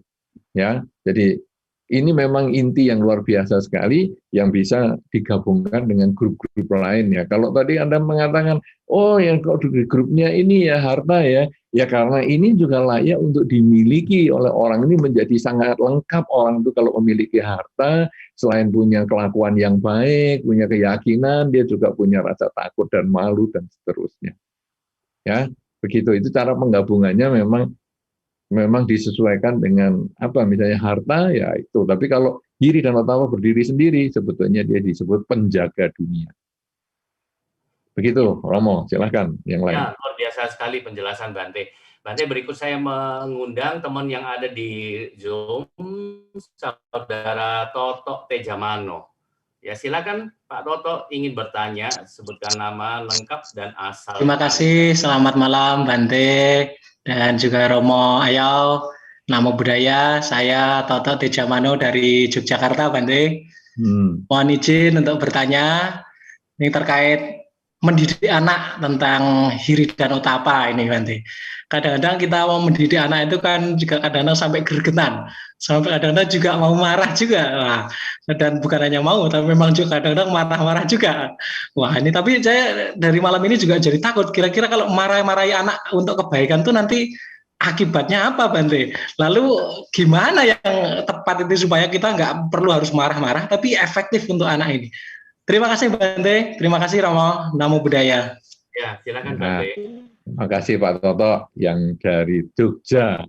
Wah, kalau kita ketemu bisa tanya-tanya tentang Jogja ini sama dengan Romo Ayau juga ini. Ini teman kampung Bante, sekampung ya Bante. Oh gitu ya. Oh ya. Nah, memang mendidik anak itu tidak mudah dan emosi itu wajar karena kita belum mencapai pencerahan. Ya, belum mencapai kesucian, dan kadang-kadang kita itu ya maunya cepat sampai akhirnya kamu ini sudah dikasih tahu kok nggak ngerti-ngerti sih, ini sudah kamu umurnya berapa dikasih tahu nggak ngerti-ngerti, emosi kita ya, padahal sebetulnya ini kan pembentukan karakter kita. Misalnya ya, cara tanda tangan aja lah yang gampang. Kita cara tanda tangan, ya kan semua bisa tanda tangan. Kemudian ada orang mengatakan, tanda tanganmu ini kurang bagus. Coba ditambahi sedikit garis gini. Itu kita latihan aja pusing. Aduh, latihan bikin tanda tangan baru ini susah. Nah, jadi kita yang dewasa saja susah untuk ganti tanda tangan. Itu fisik ya. Fisik, tanda tangan itu fisik banget. Itu saja sulit, butuh waktu, nanti sudah lama gitu balik lagi ke tanda tangan yang sebelumnya. Nah itu fisik. Apalagi sekarang pembentukan karakter. Ini kan hampir tidak bisa dilihat. Dia punya rasa malu, dia punya rasa takut. Itu hampir tidak bisa dilihat dan itu kadang belok lagi. Nah orang tua memang tugasnya adalah pelan-pelan memberikan pengertian. Tapi emosi, ya wajar. Cuman sekarang kita harus bedakan. Kita emosi dengan anak, dengan emosi dengan kakak, emosi dengan tetangga, itu tidak sama. Kalau dengan anak, marah-marah gini, tapi tidak lama kemudian kita sudah, ayo nak, makan-makan bareng nak. Nah, sudah selesai. Dengan kakak, kadang-kadang, ya sudahlah, sudah emosinya selesai, tetap baik-baik mas. Nah, tapi kalau dengan tetangga, kadang-kadang kita masih, mas nggak usah ngomongan dulu lah sama dia, seminggu 2 minggu. Atau dengan pasangan hidup, kadang-kadang malah ya gitu juga. Jadi pasangan hidup dianggap tetangga atau gimana? Jadi begitu kita jengkel sama pasangan hidup, nggak usah ngomong 2 minggu. Loh, tetangga cuma 3 hari kok kamu sama saya 2 minggu. Ya, saya jengkel sama kamu. Bisa kejadian seperti itu, tapi sama anak enggak. Artinya apa? Kemarahan kita itu kadang-kadang kemarahan dengan diri sendiri, nggak ngerti gimana Tona, saya harus ngasih tahu kamu. Duh, sampai kehabisan nakal saya. Gregetan deh. Gregetan. Jadi saya ini nggak ngerti caranya sama kamu nih. Harus piye meneh. Lalu bahasa Inggrisnya kan piye meneh toh. Nah, jadi kita itu emosi dengan diri kita sendiri. Makanya habis selesai makan itu ya enak makan meneh. Maka ini tak belikan ini jajanan. Kita tidak ada kebencian. Karma itu niat, dan itu kalau kita ada kebencian itu luar biasa. Dengan tetangga kita bisa benci, dengan kakak kita juga bisa jengkel, dengan pasangan juga bisa jengkel. Dengan anak kadang bukan karena kebencian, apalagi dalam masa pendidikan kita hanya frustrasi. Yaitu kok saya tidak bisa mendidik kamu, sehingga cenderung seperti itu. Nah, apakah ini termasuk karma buruk? Atau kalau sekarang, kadang kan kita juga jengkel sekali. Nah, ada orang tua yang seperti itu, bahwa sebetulnya saya ini kalau suruh milih, aku nggak kepengen punya anak kamu ini. Nah, misalnya gitu, itu sudah ada kebencian. Kenapa? Karena anak bisa datang itu kan karena karma. Karma yang mungkin dulu musuh kita di kehidupan yang sebelumnya. Nah, itu ada kebencian. Nah, kalau sudah begitu gimana? Ya sebetulnya termasuk karma buruk. Karena kita tak pites, pites bagi kita ngerti ya orang Jogja, bagi yang tidak mengerti, apa ini bahasa Indonesianya ya. Jadi saya tak pites ya kok. Ini cekik Bante. Cekik di leher, pites itu di seluruh tubuhnya dipencet gini loh. Giles banget, giles. Giles kamu ya. Tapi giles ya bahasa Jawa lagi. Yes, mirip gitu lah. Jadi saya hancurkan kamu. Itu kebencian. Dan itu kalau kebencian itu sebetulnya itu karma buruk. Kita tidak boleh melakukan itu ya. Nah, tapi terpaksa. Kenapa? Karena memang kita ini belum mencapai kesucian. Nah, kalau sudah melakukan karma buruk seperti itu, apa yang kita harus lakukan? Aduh, sudah seperti itu ya. Jangan mengulang di kesempatan lain. Karena karma kan jalan terus ya. Jadi yang sudah lewat ya sudah, tapi jadikan pelajaran untuk tidak diulang di masa depan. Sebaliknya kalau itu hal baik, aku kok bisa memaafkan ya sama kakak saya yang tadi jahati saya. Kok saya bisa memaafkan ya sama pasangan hidup saya. Kalau itu perbuatan baik, ulangi, lakukan, karena itu adalah kebajikan. Jadi di dalam kehidupan kita yang belum mencapai kesucian, ada 2 yang sudah kita selalu lakukan, karma baik dan karma buruk. Karma baik kita ulang-ulang, karma buruk kita cegah supaya di masa depan tidak melakukan lagi kesalahan yang sama. Salah satu cara adalah kalau kita ada jengkel sama anak, diem. Di dalam banyak kesempatan orang tua itu kalau diem, anak-anak malah takut loh. Jadi orang tua diem aja, terserah. Anak mau apa terserah. Terus diajak makan, ayo Pak, makan Pak. Diem aja. Kamu makan aja sendiri sana, terserah. 2 hari orang tua tidak makan, anak bisa minta ampun walaupun kita kelaparan. Aduh, ini anak ini dasar, ini bikin saya nggak minat makan, tapi ya lapar juga. Tapi biarlah. Nanti anak, Pak ampun Pak, ayo Pak makan Pak, aduh ampun Pak, ampun. Dan nanti saya tidak ngulang lagi. Bisa kejadian dengan diem aja, anak itu bisa takut juga loh. Ya, jadi kita tidak harus emosi. Kadang emosi itu hanya karena kita nggak bisa mengendalikan diri kita. Ya pelan-pelan, nanti bisa lah. Anda karena masih muda. tidak apa-apa. Cuma kalau bisa diem, itu lebih baik. Tapi prinsipnya, sebetulnya kemarahan itu bisa mengkondisikan karma buruk. Ya, Bante. Istri Ya. saya mandok-mandok, Bante. Dan ketawa-ketawa. Iya. Istrinya suruh, kalau boleh suruh di depan kamera. Saya kenal enggak sama istrinya. Ayo, Oke. mana Toto istrinya? Ya, Bante. Ya, rasanya Pak Toto ini saya pernah tahu ya. Oh, Ibu. Malam, Bante. Belum pernah ketemu Selamat ya. malam, Pak Ayo. Ya, selamat malam, Soto. Belum pernah Iya, ketemu Bante. rasanya. Nah, jadi mudah-mudahan dan kesempatan ketemu. Waktu ketemu Baik. belum menikah, Bante. Oh, gitu. Dengan Pak Iya, Toto saya pernah ketemu waktu di juga. UKDW di beberapa kali di Jogja. Oh ya, oke. Iya, betul. Oh, dulu moderator ya? Tidak, Bante. Panitia. Iya, panitia, Bante. Ya. Oke, terima kasih. Sukses terus. Dan sehat terus untuk Anda ya. Sama-sama. Baik. Silakan, Terima Romo. Ayo. Oke, kita lanjut ya. Ada pertanyaan cukup banyak di sini. Saya berikan kesempatan kepada yang tadi Yopi Sumario. Ya, kepada Yopi Sumario, silakan ingin bertanya kepada Bante. Tolong sebut asalnya dari mana. Ya, selamat malam Bante, selamat malam Romo Ayau. Nama saya Yopi dari Bekasi.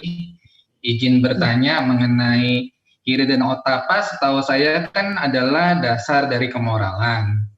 Misal kalau misalnya ada satu individu, dia melakukan Hiri dan Otapa terus, tapi di satu sisi misalnya tidak melakukan dana atau menanam kebajikan. Apakah ini juga efektif untuk mendapatkan kebahagiaan nantinya, Bante? Mohon pencerahannya. Terima kasih. Iya, baik. Pertanyaan yang baik sekali dari Pak Yopi. Ya, memang ada orang kadang menekankan di satu hal saja. Jadi kalau kita di dalam Dharma kan ada kerelaan, kemoralan, dan konsentrasi. Kadang-kadang orang hanya menekankan satu hal. Tapi kalau kita renung-renung, sebetulnya juga tidak satu hal itu murni semua ya. Kita ini di dunia ini kan tidak hanya satu aja. Jadi misalnya, wah udah pokoknya saya kemoralan saja, kerelaan saya nggak mau, ya, konsentrasi saya nggak mau, saya kemoralan saja. Sebetulnya kemoralan itu pun juga bagian dari kerelaan. Loh, apa ini misalnya tidak membunuh? Ada nyamuk datang tidak dibunuh, sebetulnya Anda rela untuk membiarkan nyamuk itu terbang ke tempat lain. Jadi itu sebetulnya kerelaan, tidak membunuh, ya. Kemudian tidak mencuri, itu sebetulnya juga bagian dari kerelaan, yaitu saya merelakan keakuan saya bahwa tadi saya kepingin ngambil barang itu, tapi saya merelakan keakuan saya, sudahlah biar barang itu tetap miliknya dia. Jadi kalau tadi Anda mengatakan hanya orang menekankan kerelaan, terus tidak mau kemoralan juga tidak, atau sebaliknya hanya kemoralan saja, tidak kerelaan juga tidak, karena Dharma ini menjadi saling berkaitan. Loh, kemudian tadi orang yang tidak membunuh kan berarti dia merelakan makhluk itu masih hidup. Apakah ini juga termasuk mengembangkan kesadaran, konsentrasi? Iya, karena dia tahu, ada nyamuk. Gimana ini, mau saya bunuh enggak ya? Enggak lah, ini ada konsentrasinya juga. Bagaimana dia bisa berdiri sendiri? Ya, jadi, sudahlah, biarkan aja. Sehingga sebetulnya di dalam Dharma ini, tiga hal ini menjadi satu. Sama dengan jalan mulia berunsur 8. Makanya bukan 8 jalan utama. Kalau di buku-buku lama dulu kan 8 jalan utama. Jadi jalan utamanya 8. Nah kalau utamanya 8, lalu yang super utama yang mana? Kan enggak ada. Nah tapi kalau sekarang jalan mulia berunsur 8. Jalannya satu, tapi unsurnya 8. Ibaratnya Anda kalau jalan di aspal, unsurnya Anda jalan ini unsurnya banyak. Ada kerikilnya, ada batunya, ada aspalnya, kerikilnya saja ada batu berjenis-jenis dan lain sebagainya. Jadi itu semua dalam satu jalan yang sama. Demikian pula jalani Dharma. Jalani Dharma ini otomatis kerelaan, kemoralan, dan konsentrasi itu juga ada. Sehingga kalau ada orang mengatakan, aku cuma mau meditasi saja. Ketika Anda mau meditasi saja, itu sebenarnya sudah mengembangkan kemoralan di dalam bentuk yang lain, yaitu saya tidak mau yang lakukan yang ini. Saya hanya melakukan ini. Kemoralan kan itu dasarnya. Saya tidak mau melakukan kejahatan. Saya hanya melakukan kebaikan. Itu sudah ada kemoralannya, ada aturan yang dia harus lakukan. Kemudian saya meditasi dari jam segini sampai jam segitu. Itu sebetulnya merelakan waktunya. Jam segitu mestinya ada acara yang bagus misalnya di televisi, atau jam segitu misalnya ada teman berkumpul di mana misalnya. Hari itu dia merelakan. Jadi tidak bisa dilepaskan. Justru inilah hebatnya ajaran Sang Buddha, bahwa ajarannya saling berkaitan. Tidak bisa dilepaskan satu dipisah-pisah, tidak bisa. Ya, jadi apa yang Pak Yopi sampaikan tadi, sebetulnya orang itu melakukan di luar kemoralan, tetapi mungkin tidak sesuai dengan harapan Pak Yogi atau Pak Yopi. Jadi, kok kamu nggak melakukan yang itu sih? Mungkin belum sampai levelnya ke sana. Nah, nanti Anda yang mengarahkan. Kok kamu nggak melakukan meditasi sih? Mungkin levelnya belum sampai ke situ. Anda boleh mengarahkan. Tapi kalau sama sekali nggak melakukan, di dalam Dhamma sebetulnya semua itu adalah terkait semua. Karena ajaran Sang Buddha ini tidak pisah satu-satu, tapi menjadi satu bagian. Hanya diuraikan terpisah, ibaratnya kabel listrik terdiri dari berbagai tembaga halus-halus yang kemudian dijadikan satu untuk mengalirkan listrik. Demikian pula Dharma itu juga begitu. Ya, Hiriotapa menjadi kuncinya. Kemoralan ini hanya satu aja, tapi itu sebetulnya nanti menjadi jaringan yang lain. Kan kita nggak bisa membahas untuk waktu singkat ini semua ajaran Sang Buddha secara umum, secara spesifik begitu. Ya, Pak Yopi, mudah-mudahan bermanfaat. Terima kasih. Silakan Romo. Saya akan kembali ya untuk memberi kesempatan ya satu pertanyaan dari Fiona Charlotte. Ya, silakan Fiona, ingin bertanya. Selamat malam Bante. Bante, saya Fiona Pasuruan. Boleh lebih keras? Suaranya agak kencang ya, Fiona. Merdu sekali sampai saya kurang dengar. Gitu ya. Selamat malam Bante. Bante, saya Fiona Pasuruan. Bante, kesombongan, menganggap diri lebih baik dari orang lain, menganggap diri lebih buruk dari orang lain, dan menganggap diri sama dengan orang lain. Jadi bagaimana agar tidak sombong di ketiga-tiganya? Kemudian Bante, jika seseorang tidak berbuat jahat dan banyak melakukan perbuatan baik, tetapi masih melekat terutama pada dirinya, apakah akan lama mencapai kesucian dan bagaimana caranya agar mengurangi kemelekatan tersebut? Anumodana Bante. Ya. Baik, jadi ini suaranya sudah jelas tadi, merdu sekali, penyanyi nampaknya. Nah, sekarang kita itu dibandingkan dengan orang lain memang seperti yang tadi disampaikan. Ada orang lain yang lebih tinggi dari kita. Ya, kalau saya sering memberikan contoh bahwa diri kita ini adalah jari tengah. Jari tengah ini kalau kita melihat ke atas, maka ada orang yang lebih tinggi dari kita. Jadi saya misalnya punya 1 sepeda motor, maka ada orang punya 2 sepeda motor, ada orang punya 3 sepeda motor. Kemudian, kalau saya hanya melihat ke atas saja, maka saya kemudian menjadi orang yang rendah diri yang dikatakan oleh saudari Fiona tadi. Jadi, waduh, aku kok cuma punya 1 ya. Sebelah ini punya 2, dia punya 5. Aduh, aku ini paling menderita lah hidupku. Nah, kemudian orang juga bisa melihat, nah jari kita karena tadi jari tengah, maka bisa ada jari manis dan jari kelingking. Ini kalau tadi saya punya 1 sepeda motor, ada orang yang hanya bisa pinjam sepeda motor. Dia tidak punya, dia hanya pinjam sepeda motor. Tapi ada juga orang yang pinjam saja nggak bisa, dia hanya bisa naik sepeda. Nah, sehingga saya juga mengatakan, waduh, dibandingkan mereka ini, aku punya 1 sepeda motor. Nah, ini sombong, yang tadi dikatakan tadi ya. Yang satu adalah rendah diri karena melihat ke atas, yang satu sombong karena melihat ke bawah. Nah, idealnya bagaimana? Idealnya kita melihat 5 jari ini secara total, yaitu bahwa kita tidak ada yang perlu disombongkan, kita juga tidak ada yang perlu rendah diri, karena semua itu ada kekurangan dan kelebihan. Saya memang tidak punya sepeda motor banyak, karena saya hanya punya 1. Tapi, sepeda motor saya jarang mogok.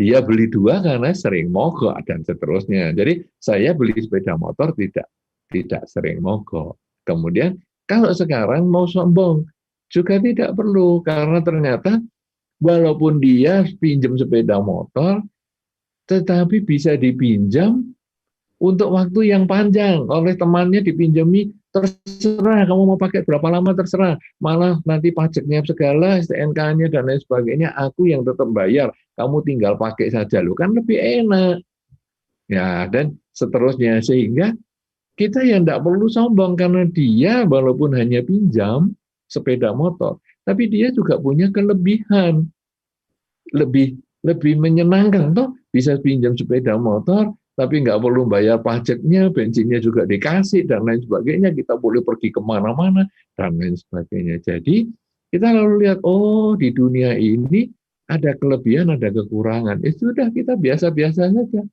tidak ada sesuatu yang disombongkan, tidak ada sesuatu yang rendah diri. Nah, ini yang tentang kesombongan. Kemudian yang kedua tadi tentang kemelekatan.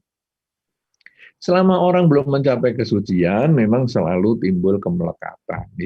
Itu hal yang sudah wajar. Kenapa? Karena belum bisa melihat hidup ini tidak kekal.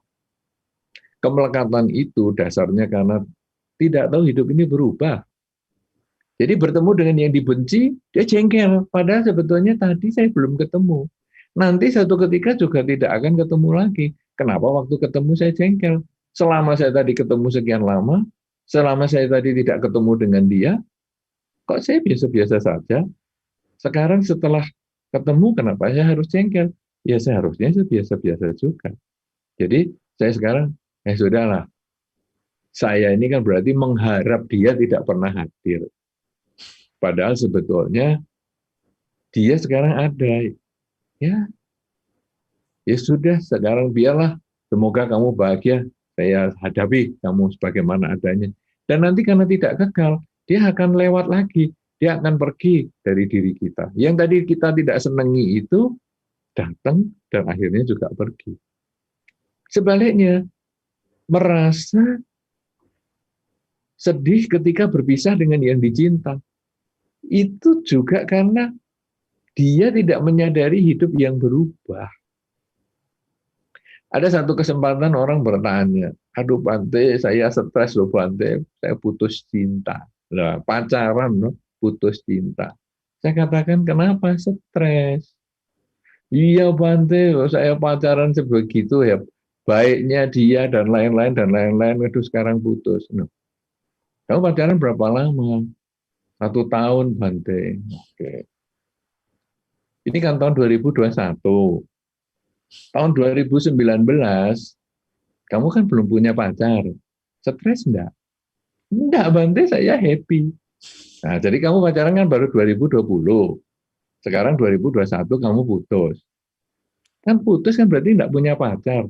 Kan berarti kan kembali ke tahun 2019. 2019 kamu stres enggak? Enggak, Bante, saya happy. Nah, sekarang ini, kenapa kamu harus stres? Ini kan kembali ke seperti tahun 2019, yaitu kamu tidak punya pacar. Kan harusnya kamu happy. Bingung. Kenapa? Karena dia tidak siap. Tidak menyadari hidup itu berubah. Padahal kalau saya menyadari, loh ini kan saya kembali ke 2019. Ya sudah toh. Saya hanya kumpul dengan dia untuk 1 tahun. Untung saya sudah memberikan manfaat kepada dia, untung sudah memberikan kebahagiaan dia kepada dia selama 1 tahun, sekarang dia sudah menjadi miliknya orang misalnya, ya sudah, saya kembali ke 2019 Kalau kemelekatan ini dia bisa kendalikan seperti ini, dia menyadari bahwa hidup ini selalu berubah, sebetulnya kesedihan menjadi tidak ada lagi, karena kesedihan itu hanya karena kita tidak siap menghadapi kemelekatan, tidak siap menghadapi perubahan. Ya, kuncinya ketamaan dan kebencian itu karena kita tidak siap menghadapi perubahan. Kalau tamak berarti yang kita senangi ini satu ketika pisah, tadi kayak putus cinta itu. Padahal mesti berubah. Yang benci datang, tadi tidak ada, sekarang datang. Nanti kan juga akan hilang lagi. Nah, ini mudah-mudahan bisa dimengerti. Ini apa bisa menjawab pertanyaan Saudari Fiona atau masih belum? Ya, gimana Fiona? Tentang kemelekatan ini tadi? Bisa, Bante. Sudah bisa terjawab? Ya, sudah, Bante. Oh, yang keras jawabnya ya, jangan. Nanti kalau penyanyi lirih-lirih gitu, kita dengarkannya juga susah. Atau saya yang makin tua nampaknya nih. Jadi suaranya mungkin keras, tapi saya nggak dengar. Iya, Nah, bisa. baik. Anu mudahnya, Bante. Semoga bahagia. Silakan, Romo. Oke. Ya, baik. Kita lanjut ya. Ada pertanyaan. Saya memberi kesempatan lagi satu kali dulu ya kepada teman-teman yang ada di YouTube. Ya. Sebuah pertanyaan dari Sandy, dari Gorontalo, Bante. Namo Buddhaya, izin bertanya, bagaimana bila kita mempunyai rasa takut yang besar terhadap kesalahan yang pernah kita lakukan di masa lalu? Ketakutan akan akibat buah perbuatan buruk yang pernah kita lakukan di masa lalu. Terima kasih. Mungkin sampai dibawa mimpi-mimpi nih, Bante. Ya. Sakit, Bante. Ya. Wajar. Itu wajar. Ya. Karena apalagi kadang kita masih kecil, ya. Mungkin kita juga belum pemahaman dharmanya, belum sekuat hari ini misalnya, kita melakukan kejahatan yang betul-betul itu terbawa sampai kehidupan sekarang. Tapi ingat, tadi yang sudah saya sampaikan, begitu kita mengetahui itu kejahatan, maka kita berhenti, jangan melakukan lagi. Dan kemudian kita memperbanyak kebajikan. Di dalam dharma ini konsepnya adalah seperti air dan garam. Kalau kita melakukan kejahatan, seperti kita memasukkan garam. Kalau kita melakukan kebajikan, seperti kita menambah air. Kalau hidup kita ini menderita, berarti air kita dengan garam kita ini jumlahnya agak banyak garamnya. Jadi rasanya hidupku asin sekali tuh ya. Nah ini misalnya karena air segelas, garamnya 1 sendok makan misalnya. Kemudian bagaimana ini, saya dulu sudah melakukan garam ini, saya sudah melakukan kejahatan ini, ya sudah, saya sekarang nambah air aja sebanyak-banyaknya. Saya menambah kebajikan dengan pikiran, saya menambah kebajikan dengan ucapan, saya menambah kebajikan dengan perilaku saya sebanyak-banyaknya. Sehingga sekarang airnya ini dari 1 gelas menjadi 1 botol, bahkan menjadi 1 galon. Karena airnya ini menjadi 1 galon, maka garam yang 1 sendok ini menjadi tidak terasa asinnya. Jadi di dalam hukum karma ini, apa yang kita lakukan ya sudah. Wah itu memang menakutkan buahnya, memang mengerikan, betul. Tapi sekarang saya jangan hanya menyesali masa lalu, itu sudah lewat. Tapi sekarang apa yang harus saya lakukan saat ini? Menambah kebajikan semaksimal mungkin, mumpung saya masih hidup, mumpung saya masih punya umur, ayo saya berbuat kebaikan semaksimal mungkin. Sehingga ketika kematian datang, saya sudah banyak kebajikan yang saya lakukan, sehingga air saya sudah seperti 1 galon, karma buruk ini menjadi lenyap rasanya, tapi karma buruknya masih ada tuh. Ya kalau air 1 galon itu garamnya 1 sendok masih di situ, tapi rasanya sudah menjadi tidak ada lagi. Itu bagi orang yang belum mencapai kesucian. Tapi kalau sudah mencapai kesucian, malah garam apapun juga menjadi tidak ada lagi, karena kesempatan untuk memetik buah itu sudah tidak ada lagi karena tidak terlahirkan kembali. Ya, jadi apapun yang Anda lakukan ini sama dengan tadi yang sudah saya sampaikan sebelum-sebelumnya, misalnya terlanjur marah lah dengan anak lah dan lain sebagainya. Tadi saya sampaikan, kalaupun Anda sudah melakukan kesalahan karena kemelekatan misalnya tadi, kalaupun Anda sudah melakukan kesalahan, berhenti di situ. Sadari kesalahan itu dan jangan diulang lagi di masa depan. Karena ini kuncinya Dharma, bukan menyesali yang dulu. Tapi sekarang apa yang saya lakukan hari ini untuk memperbaiki yang dulu, yaitu menambah kebajikan. Kalau Anda sudah berbuat baik di kehidupan Ini Anda merasa baik dengan pikiran, ucapan, dan kelakuan, perbanyak kebaikan itu terus-menerus, ulang-ulang terus. Ketika Anda merasa ada perbuatan yang tidak baik, bahkan hanya di pikiran, apalagi ucapan dan perilaku, hentikan itu. Lah, kalau perilaku gampang, ucapan gampang, pikiran gimana nih menghentikan? Pikiran kita ini kan kadang kejahatannya muncul di situ. Pada saat pikiran jahat muncul, sadari dan ucapkan dalam batin, semoga semua makhluk bahagia. Kita mengulang kalimat itu, semoga semua makhluk bahagia. Jadi pikiran jahatnya muncul, kita sadari dan kita ganti dengan kalimat semoga semua makhluk bahagia. Dan semakin sering kita mengulang kalimat semoga semua makhluk bahagia, lama-lama pikiran jahatnya itu pun akan frekuensinya untuk muncul menjadi semakin kecil. Sampai akhirnya satu ketika terbiasa kita mengulang kalimat semoga semua makhluk bahagia, ketika ditanya orang, kamu kadang masih berpikir jahat nggak ya? Kapan ya? Rasanya saya sudah lupa itu untuk berpikir jahat. Nah, itu. Karena kita sudah mengganti pikiran-pikiran yang buruk itu menjadi pikiran yang baik. Jangan pernah menyesal dengan yang dulu, tapi jadikan yang dulu sebagai pelajaran untuk tidak diulang di masa yang sekarang. Silakan, Romo. Ya, luar biasa, Bante. Baik, selanjutnya kesempatan untuk bertanya kepada ini namanya S. Yuda, Pak S. Yuda ya, tapi gambarnya itu gambar ngeri banget ini Bante wajahnya. Oh ya, ini. Saudara. Ini nggak ganti gambar ya? Kok rasanya masih sama? Ya tadi gambarnya beda. Sudah ganteng, sudah ganteng. Ya, sudah ganteng. Silakan Pak Yuda, coba sebut dari mana juga. Tolong di-unmute dulu, Pak. Wah, keburu semangat. Iya, tadi lupa ya. Tadi ngomong sama diri sendiri ya, Bante. Ya. Selamat malam, Bante, selamat malam, Romo. Ini ya, saya mau ada pertanyaan. Mungkin Pak Yuda dari mana dulu, Pak Yuda? Asalnya dari Jakarta saya. Oke, silakan. Ya. Tadi ini saya ada pertanyaan, mungkin arahnya sama dengan Bapak Totok tadi, dengan hubungan antara orang tua dan anak. Itu seringkali kita sebagai orang tua punya bermaksud untuk melindungi anak dari sesuatu yang jelek. Tapi seringkali saya juga berpikir, bukankah pengalaman hidup adalah guru yang paling baik untuk anak? Jadi kalau misalnya kita bisa berusaha sama menasehati anak, tapi kalau anaknya keras kepala, bilang saya tetap mau itu. Apalagi kalau anaknya sudah dewasa ya, sudah ininya. Itu apakah tidak baik dibiarkan saja, Bante, supaya pengalaman hidup mengajar dia, karena kalau kita orang tua bisa bilang 1000 kali itu panci panas, tapi kita nggak pernah pegang sendiri itu panci panas sampai tangan melepuh, anak tuh nggak akan belajar. Dan kita sebagai orang tua kita tidak akan hidup seumur hidup mendampingi anak. Jadi itu anak harus tahu bahwa panci itu panas kalau dibawa kompor. Bagaimana pendapat Bante gitu? Makasih Bante. Ya, ini memang ada sistem pendidikan yang seperti itu, karena tiap anak jenisnya memang beda-beda ya. Jangan semua anak dihajar pakai cara ini. Nanti main pisau bisa ngelukai nggak? Ini coba bunuh papa bisa nggak ini? Oh bisa, ternyata papanya sudah berangkat dah di alam lain.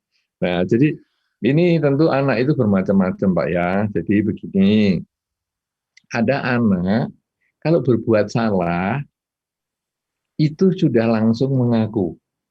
Itu ada tuh yang nomor 1. Jadi anak misalnya katakanlah memecahkan piring lah, itu sederhana saja, memecahkan piring. Anak langsung datang ke orang tua dan mengatakan, ayah, maaf ya ayah, tadi saya memecahkan piring. Ya sudah sana, enggak apa-apa. Nah, misalnya orang tuanya gitu. Atau kalau ini jujur, biasanya orang tua memberikan penghargaan pada kejujurannya, jangan malah dimarahi. Piring mana yang dipecahkan? Wah, itu kan piring yang mahal sekali itu ya. Waduh, nanti anak akhirnya nanti itu didikan dari orang tua membuat anak yang dulunya terus terang menjadi takut berterus terang. karena waktu terus terang dimaki oleh orang tua. Padahal kita harusnya menghargai, oh kamu kok ya mengakui ya, yang mana nih, aduh sayang itu piring itu. Tapi kan kita lebih sayang sama anak, jadi ya sudah nanti lain kali jangan melakukan lagi. Paling hanya gitu. Jangan malah dimarahi karena kejujurannya, karena kadang ini kan hukum sebab dan akibat. Kadang-kadang dulu anaknya baik, begitu mengaku malah jadi dimarahi, akhirnya dia enggak ngaku lagi. Itu bisa. Nomor satu itu, dia melakukan kesalahan dan dia tahu diri. Yang kedua, dia melakukan kesalahan, tapi kurang tahu diri. Jadi akhirnya orang tua lihat, ini siapa ya yang mecahkan piring? Siapa ya? Nah, baru tanya. Saya, ayah, saya. Oh, kan loh, dia sudah ngaku ya, kita harus juga kasih nasihat yang baik, jangan dimarahi hanya karena piring pecah, berarti kita nggak sayang sama anak, kita sayang sama piringnya itu. Tapi ya sudah, kamu nanti lain kali hati-hati. Gitu. Ada lagi anak yang jenis lain lagi. Kita lihat piring pecah di dapur, kemudian, siapa nih yang mecahkan piring? Siapa nih? Diam semua. Lalu kita hadapi anaknya di depan. Siapa nih? Siapa nih yang mecahkan piring? Siapa nih? Awas, kalau nanti nggak ngaku.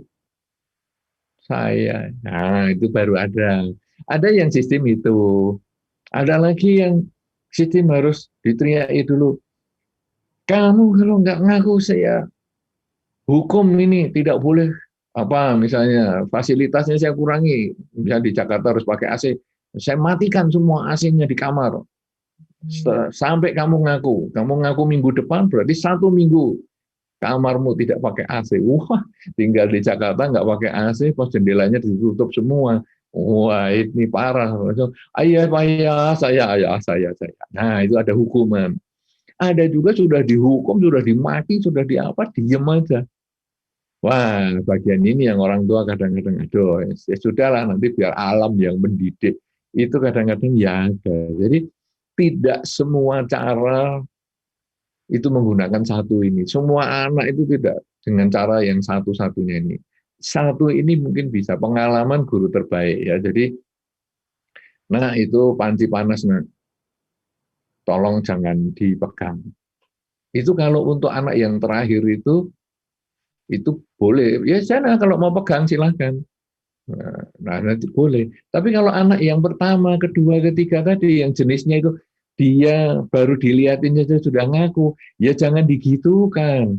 Kita sendiri apa juga mau pegang listrik untuk membuktikan kalau nyetrum.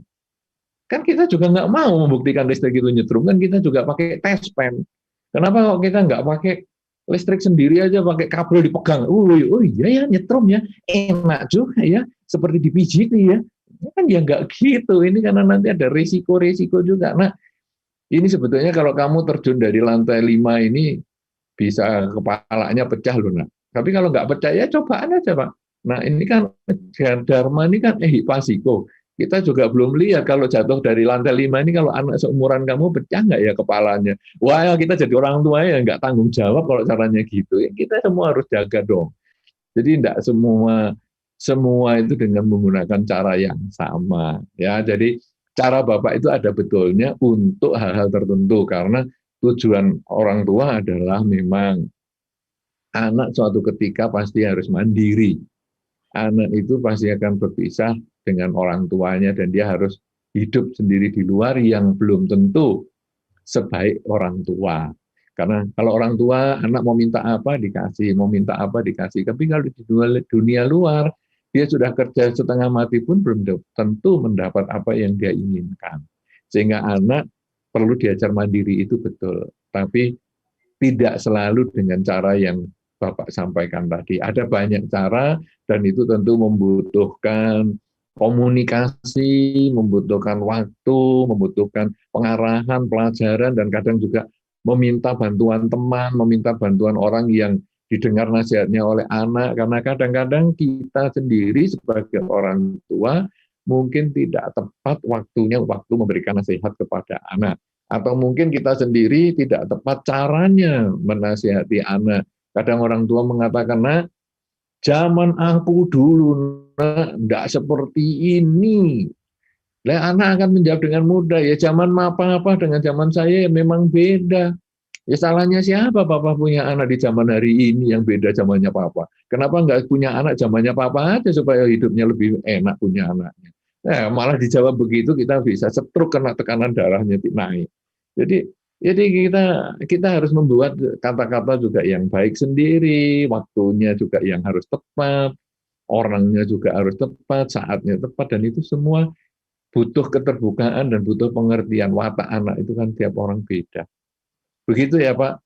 Mungkin nanti Pak Romo Darmanadi akan lebih jelas karena beliau yang pelaku punya anak. Saya kan hanya pengamat saja. Saya pasangan hidup tidak punya, apalagi anak. Ya, nah, mungkin Romo nih bisa sharing-sharing gimana didik anak.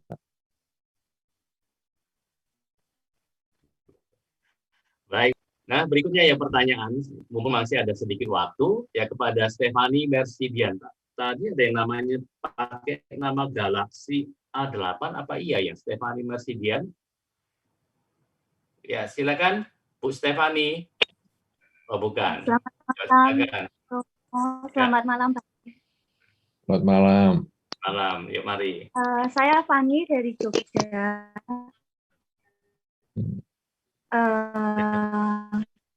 Mau nanya bagaimana cara kita agar mampu merespon secara positif atas suatu kejadian yang kita alami, yang mana kejadian itu tidak menyenangkan dan menyakitkan bagi kita. Gitu, Bante. Terima kasih. Iya, baik. Wah, dari Jogja banyak juga ya. Ya, inilah manfaatnya daring dalam jaringan ini. Kita bisa mengumpulkan dari banyak tempat. Sekarang kita merespon sesuatu yang tidak menyenangkan, memang tidak mudah, butuh latihan. Ya. Satu latihan yang paling sederhana adalah ketika Anda menghadapi sesuatu yang tidak menyenangkan, jangan terlalu bereaksi secara fisik. Ya, secara fisik itu gimana? Ngomong, ih, nggak menyenangkan ya orang itu. Nah, itu ngomong. Atau kemudian minggir sana, pergi. Itu melakukan tindakan fisik-fisik seperti itu sebaiknya jangan. Waktu kita sedang tidak suka itu munculnya kan dari pikiran, karena harapan tidak sesuai dengan kenyataan. Kita ada pilihan mau ngomong, mau melakukan tindakan tertentu, atau kita diem dan tidak melakukan tindakan apa-apa. Nah, saya menyarankan untuk yang tahap pertama adalah diem dan tidak melakukan tindakan apa-apa. Kita diem dulu. Tidak menyenangkan, waduh si A ini kok datang ya. Aduh, aku nggak suka sama dia. Tapi kita diem dulu. Kalau Anda mau pindah tempat, karena ini misalnya Anda di wihara misalnya, dia sudah orang yang kita benci duduk di sebelah saya lagi. Nggak usah langsung begitu, dia mau duduk, kita langsung pergi, nggak usah.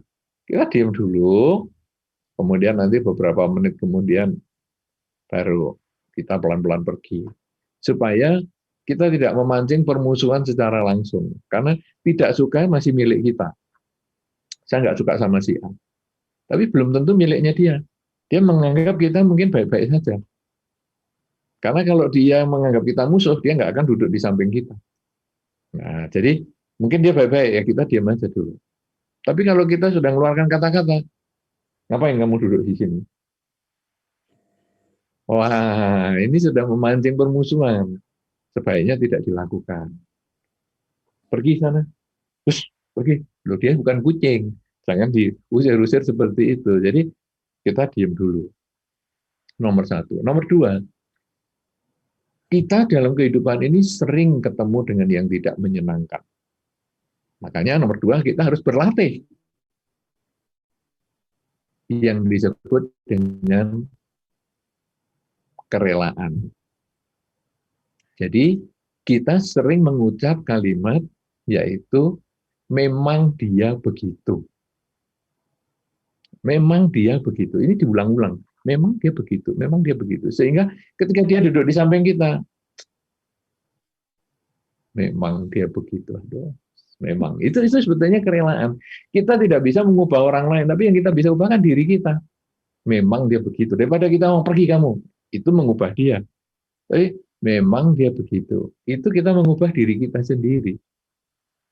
Nah, itu yang kedua. Jadi sering mengucapkan kalimat itu. Jadi kita sering ketemu, misalnya guru kita menjengkelkan, memang dia begitu. Kita ketemu tetangga yang menjengkelkan, memang dia begitu. Kita ketemu film yang tidak menyenangkan, memang dia begitu. Gitu aja. Itu lebih sederhana, ya, tapi lebih aktif daripada yang pertama tadi kan cuma diam. Yang kedua lebih aktif. Yang ketiga sebetulnya menyadari. Ini mengembangkan kesadaran. Kenapa saya nggak suka sama dia? Nah, kenapa saya nggak suka sama dia? Jawabannya adalah karena dia tidak memenuhi keinginan saya. Cinta dan benci itu problemnya di diri kita. Saya mencintai dia karena dia memenuhi harapan saya. Saya benci dia karena dia tidak memenuhi harapan saya. Saya kecewa dengan dia karena dia tidak memenuhi harapan saya. Jadi yang membuat diri saya kecewa dan lain sebagainya adalah pikiran saya sendiri, keinginan saya sendiri. Kalau sudah pikiran saya sendiri, keinginan saya sendiri, kenapa saya mengorbankan orang saya? Mestinya saya yang harus mengatur keinginan saya sendiri untuk disesuaikan dengan kemampuannya dia. Nah, kalau kita sudah masuk ke tahap yang ketiga ini tahap yang dalam, karena kita mengembangkan kesadaran setiap saat. Karena ketemu dengan yang tidak menyenangkan itu hampir setiap hari pasti ada. Tapi dengan diam itu sudah mengurangi masalah. Dengan mengatakan, yes memang dia begitu, mengurangi banyak lagi masalah. Apalagi mengembangkan kesadaran setiap saat, tidak ada masalah. Karena nanti Anda akan ketemu dengan siapa saja. Itu problemnya hanya di keinginan Anda, harapan Anda yang tidak tercapai. Dan begitu, ini kan keinginan saya sendiri. Sudahlah, saya tidak usah terlalu berharap sama dia. Selesai. Begitu, Saudari Stefani? Iya, Bante. Terima kasih, Bante. Semoga bermanfaat. Silakan, Romo. Pertanyaan dari Kerin. Bante, ini dari chat dari YouTube, ya. Namo Buddhaya Bante, mohon izin bertanya bagaimana cara berkomunikasi dengan orang yang sudah merugikan orang banyak agar dia mau mengakui kesalahannya serta memiliki rasa malu akan perbuatannya yang tidak benar itu, Bante. Ya, monggo Bante. Oke, sekarang kalau kita memaksakan orang untuk mengakui dan merasa malu ini agak sulit ya, karena kita itu sebetulnya hanya berkuasa pada diri kita sendiri. Kita tidak bisa ngatur orang lain itu harus melakukan sesuatu. Kalaupun nanti kita ngomong, ayo sekarang minta maaf, kalau kita punya kekuasaan. Dia nanti yang minta maafnya itu hanya basa-basi. Ya, saya minta maaf atas kesalahan saya. Apalagi kalau kita ngomong, saya ulangi ya kata-kata saya ya. Saya nama. Meminta maaf, kalau tidak akan mengulang. Nanti akhirnya kita hanya membuat orang itu jengkel. Nah, jadi sebetulnya kadang-kadang apakah saya itu memahami dia? Apakah saya itu orang yang dipercaya dia untuk berubah? Karena tiap orang itu punya pedoman ya dari orang lain. Jadi makanya tadi kalau misalnya ada ayah mengatakan anak saya kok nakal begini, kalau saya kasih tahu kok nggak mau. Kadang-kadang karena mungkin faktor ayah itu bagi si anak tidak terlalu dianggap atau tidak terlalu dianggap berperanan di dalam keluarga, sehingga setiap kali ngomong dia tidak terlalu diakui. Itu bisa kejadian seperti itu. Nah, kalau si ayah ini kemudian menekankan, kamu harus minta maaf ya. Ini ayah ini adalah orang yang berjasa sama kamu harus mengakui kesalahan. Anak ini akan diam. Dan dia kalau keras, dia akan diam sungguhan. Tapi kalau dia sungkanan, ya sudah, saya minta maaf, maaf ya ayah. Tapi Itu hanya omongan aja, tidak masuk di dalam batin. Yang penting sebetulnya di sini adalah pengertian. Jadi kita memberi pengertian. Kalau kita sudah memberi pengertian seperti tadi yang ditanyakan, kok orangnya nggak minta maaf? Ada orang-orang tertentu seumur hidup nggak pernah minta maaf. Dia merasa kalau saya minta maaf itu gengsi saya hancur. Jadi saya nggak minta maaf. Tetapi dia mengubah perilaku. Nah, di dalam kehidupan ini, kalau orang itu sudah mau berubah, itu adalah permintaan maaf yang jauh lebih penting daripada ngomong maaf, tapi nggak berubah kelakuannya. Misalnya datang terlambat, maaf ya, besok diulang lagi, maaf ya, diulang lagi. Itu dia maafnya itu hanya omong kosong. Tapi ketika datang terlambat, tahu nggak kamu terlambat? Tahu Pak. Tapi nggak ngomong maaf, ayo ngomong maaf. Enggak, dia diam aja. Tapi sejak itu dia tidak pernah terlambat. Berarti dia sebetulnya, walaupun tidak mengucapkan permintaan maaf, dia sudah memperbaiki kelakuannya. Dan itu yang lebih penting daripada sepotong kata permintaan maaf yang hanya untuk memuaskan keakuan kita sendiri. Sudah salah kan? Salah toh? Ya, minta maaf ayo. Betul, minta maaf begitu berarti kamu sudah tahu salahnya. Ini aku yang paling benar. Itu untuk apa? Untuk memberikan label puas diri kita itu untuk apa? Tidak ada pentingnya. Jadi kita yang penting adalah membuat dia berubah menjadi baik. Ya, tapi kalau sekarang kok dia tidak berubah, sudah saya kasih pengertian kok nggak berubah. Nah, mungkin cara kita ngasih tahu yang tidak tepat. Ada banyak cara. Soalnya orang itu kadang teori komunikasinya ini nggak jelas. Orang komunikasi itu adalah untuk dia bisa memahami, bukan saya mau ngomong apa, suka-suka saya. Kamu ngerti nggak ngerti, itu urusanmu. Nah, dalam teori komunikasi sebetulnya saya harus memilih kalimat yang cocok untuk dia. Makanya kalau Anda kepada anak kecil misalnya, 1 tambah 1 berapa? Ayo berapa? 1 tambah 1. Itu sebetulnya kita menggunakan bahasa anak kecil. Kita tidak mau 1 tambah 1 berapa? Dia itu anak umur 5 tahun nih, 1 tambah 1. Ya nangis dia. Tapi 1 tambah 1 berapa? Berapa ya? Nah, ini coba saya kasih jeruk. Ini 1 jeruk. 1 tambah 1 berapa? Nah, jadi itu sebetulnya alam ini sudah mengajarkan kepada kita bahwa kepada siapa kita ngomong. Jadi kalau kita sekarang sudah merasa sudah menjelaskan ke dia, tapi dia kok nggak ngerti, kadang-kadang mungkin penjelasan kita sendiri yang nggak tepat. Ini bahasanya harus diubah, bahasa untuk bahasa dia. Ya, jangan bahasanya bahasa kita. Yang penting saya mau ngomong, kamu ngerti nggak. Nah, kadang kita nggak bisa memberikan penjelasan kepada dia. Ada beberapa orang itu pinter untuk dipakai sendiri. Mau jelaskan orang, malah orang puyeng. Ini ngomong apa loh, ini kita nggak ngerti, karena pinternya dipakai sendiri. Kalau gitu, kita kadang minta bantuan orang lain. Nah, makanya kadang di keluarga itu ada ayah dan ibu. Jadi, kalau yang ibu jelaskan nggak ngerti, kadang lewat ayah. Kadang ayah yang jelaskan nggak ngerti lewat ibu. Ayah dan ibu nggak ngerti, ya mungkin lewat kakek dan nenek. Kadang ya lewat kakak dan adik dan sebagainya. Sampai dia ngerti. Ya, jadi jangan putus asa.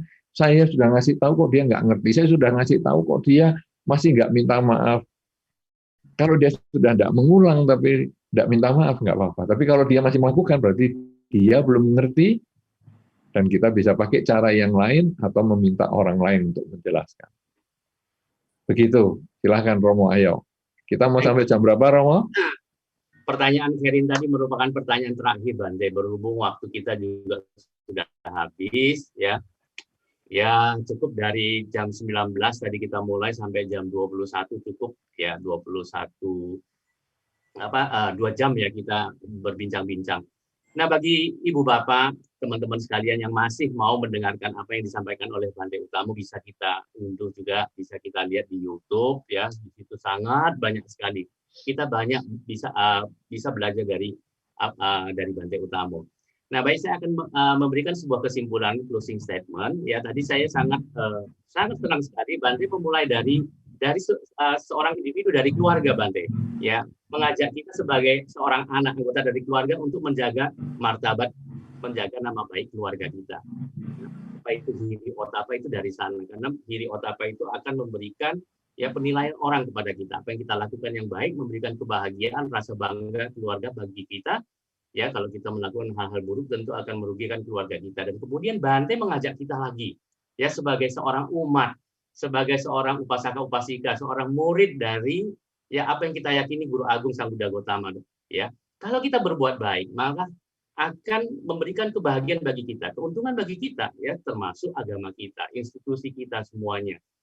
Dan apa yang bisa saya catat di sini setelah dari dua contoh itu adalah hiri itu adalah seorang yang bercermin kepada kehormatan dirinya, kelahirannya, orang tuanya, gurunya, kedudukannya, sosialnya, agamanya, atau masyarakat di mana dia berada. Ya, itu saya coba rangkum. Lalu kemudian dari otapa, yaitu seorang takut pada akibat buruk yang dilakukannya. Ya, takut disalahkan orang-orang, takut pada hukum karma, dan juga takut menerima akibatnya pada kehidupan saat ini maupun kehidupan yang akan datang. Jadi memberikan efek yang sangat luar biasa sekali. Dan kemudian Bante mengajak kita, cobalah yang langkah berikutnya adalah kita bertekad untuk betul-betul belajar mengenal mana yang baik, mana yang tidak baik.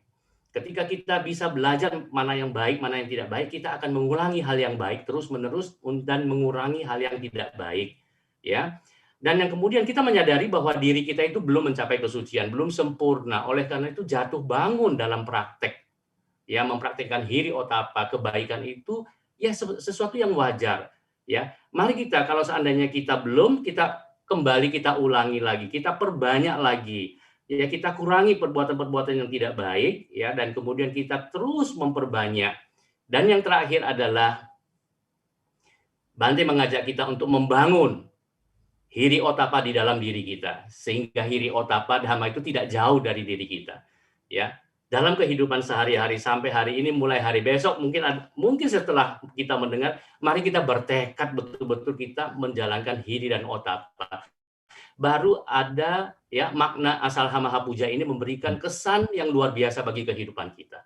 Ya, saya rasa ya ini kesimpulan yang bisa saya sampaikan sebagai closing statement dalam acara ini.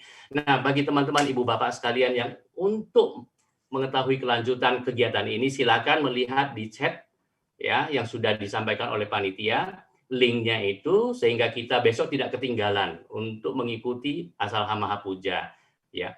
Saya sebagai moderator sekaligus MC mengucapkan anumodana kepada Bante. Banyak terima kasih Bante. Ya, sebagai closing mari kita bersikap anjali. Ya, kita bersama-sama mengucapkan, saya akan memimpin, ya, kita menundukkan kepala, bersikap anjali, memberikan hormat kepada Bante, ungkapan terima kasih kita kepada Bante. Ya, mari, sudah? Oke. Oh, kata Wandamini Bante. Abhiwadana silisa nidang udayino tataro dhamma wadanti ayu wano sukang pala. Sadu, sadu, sadu.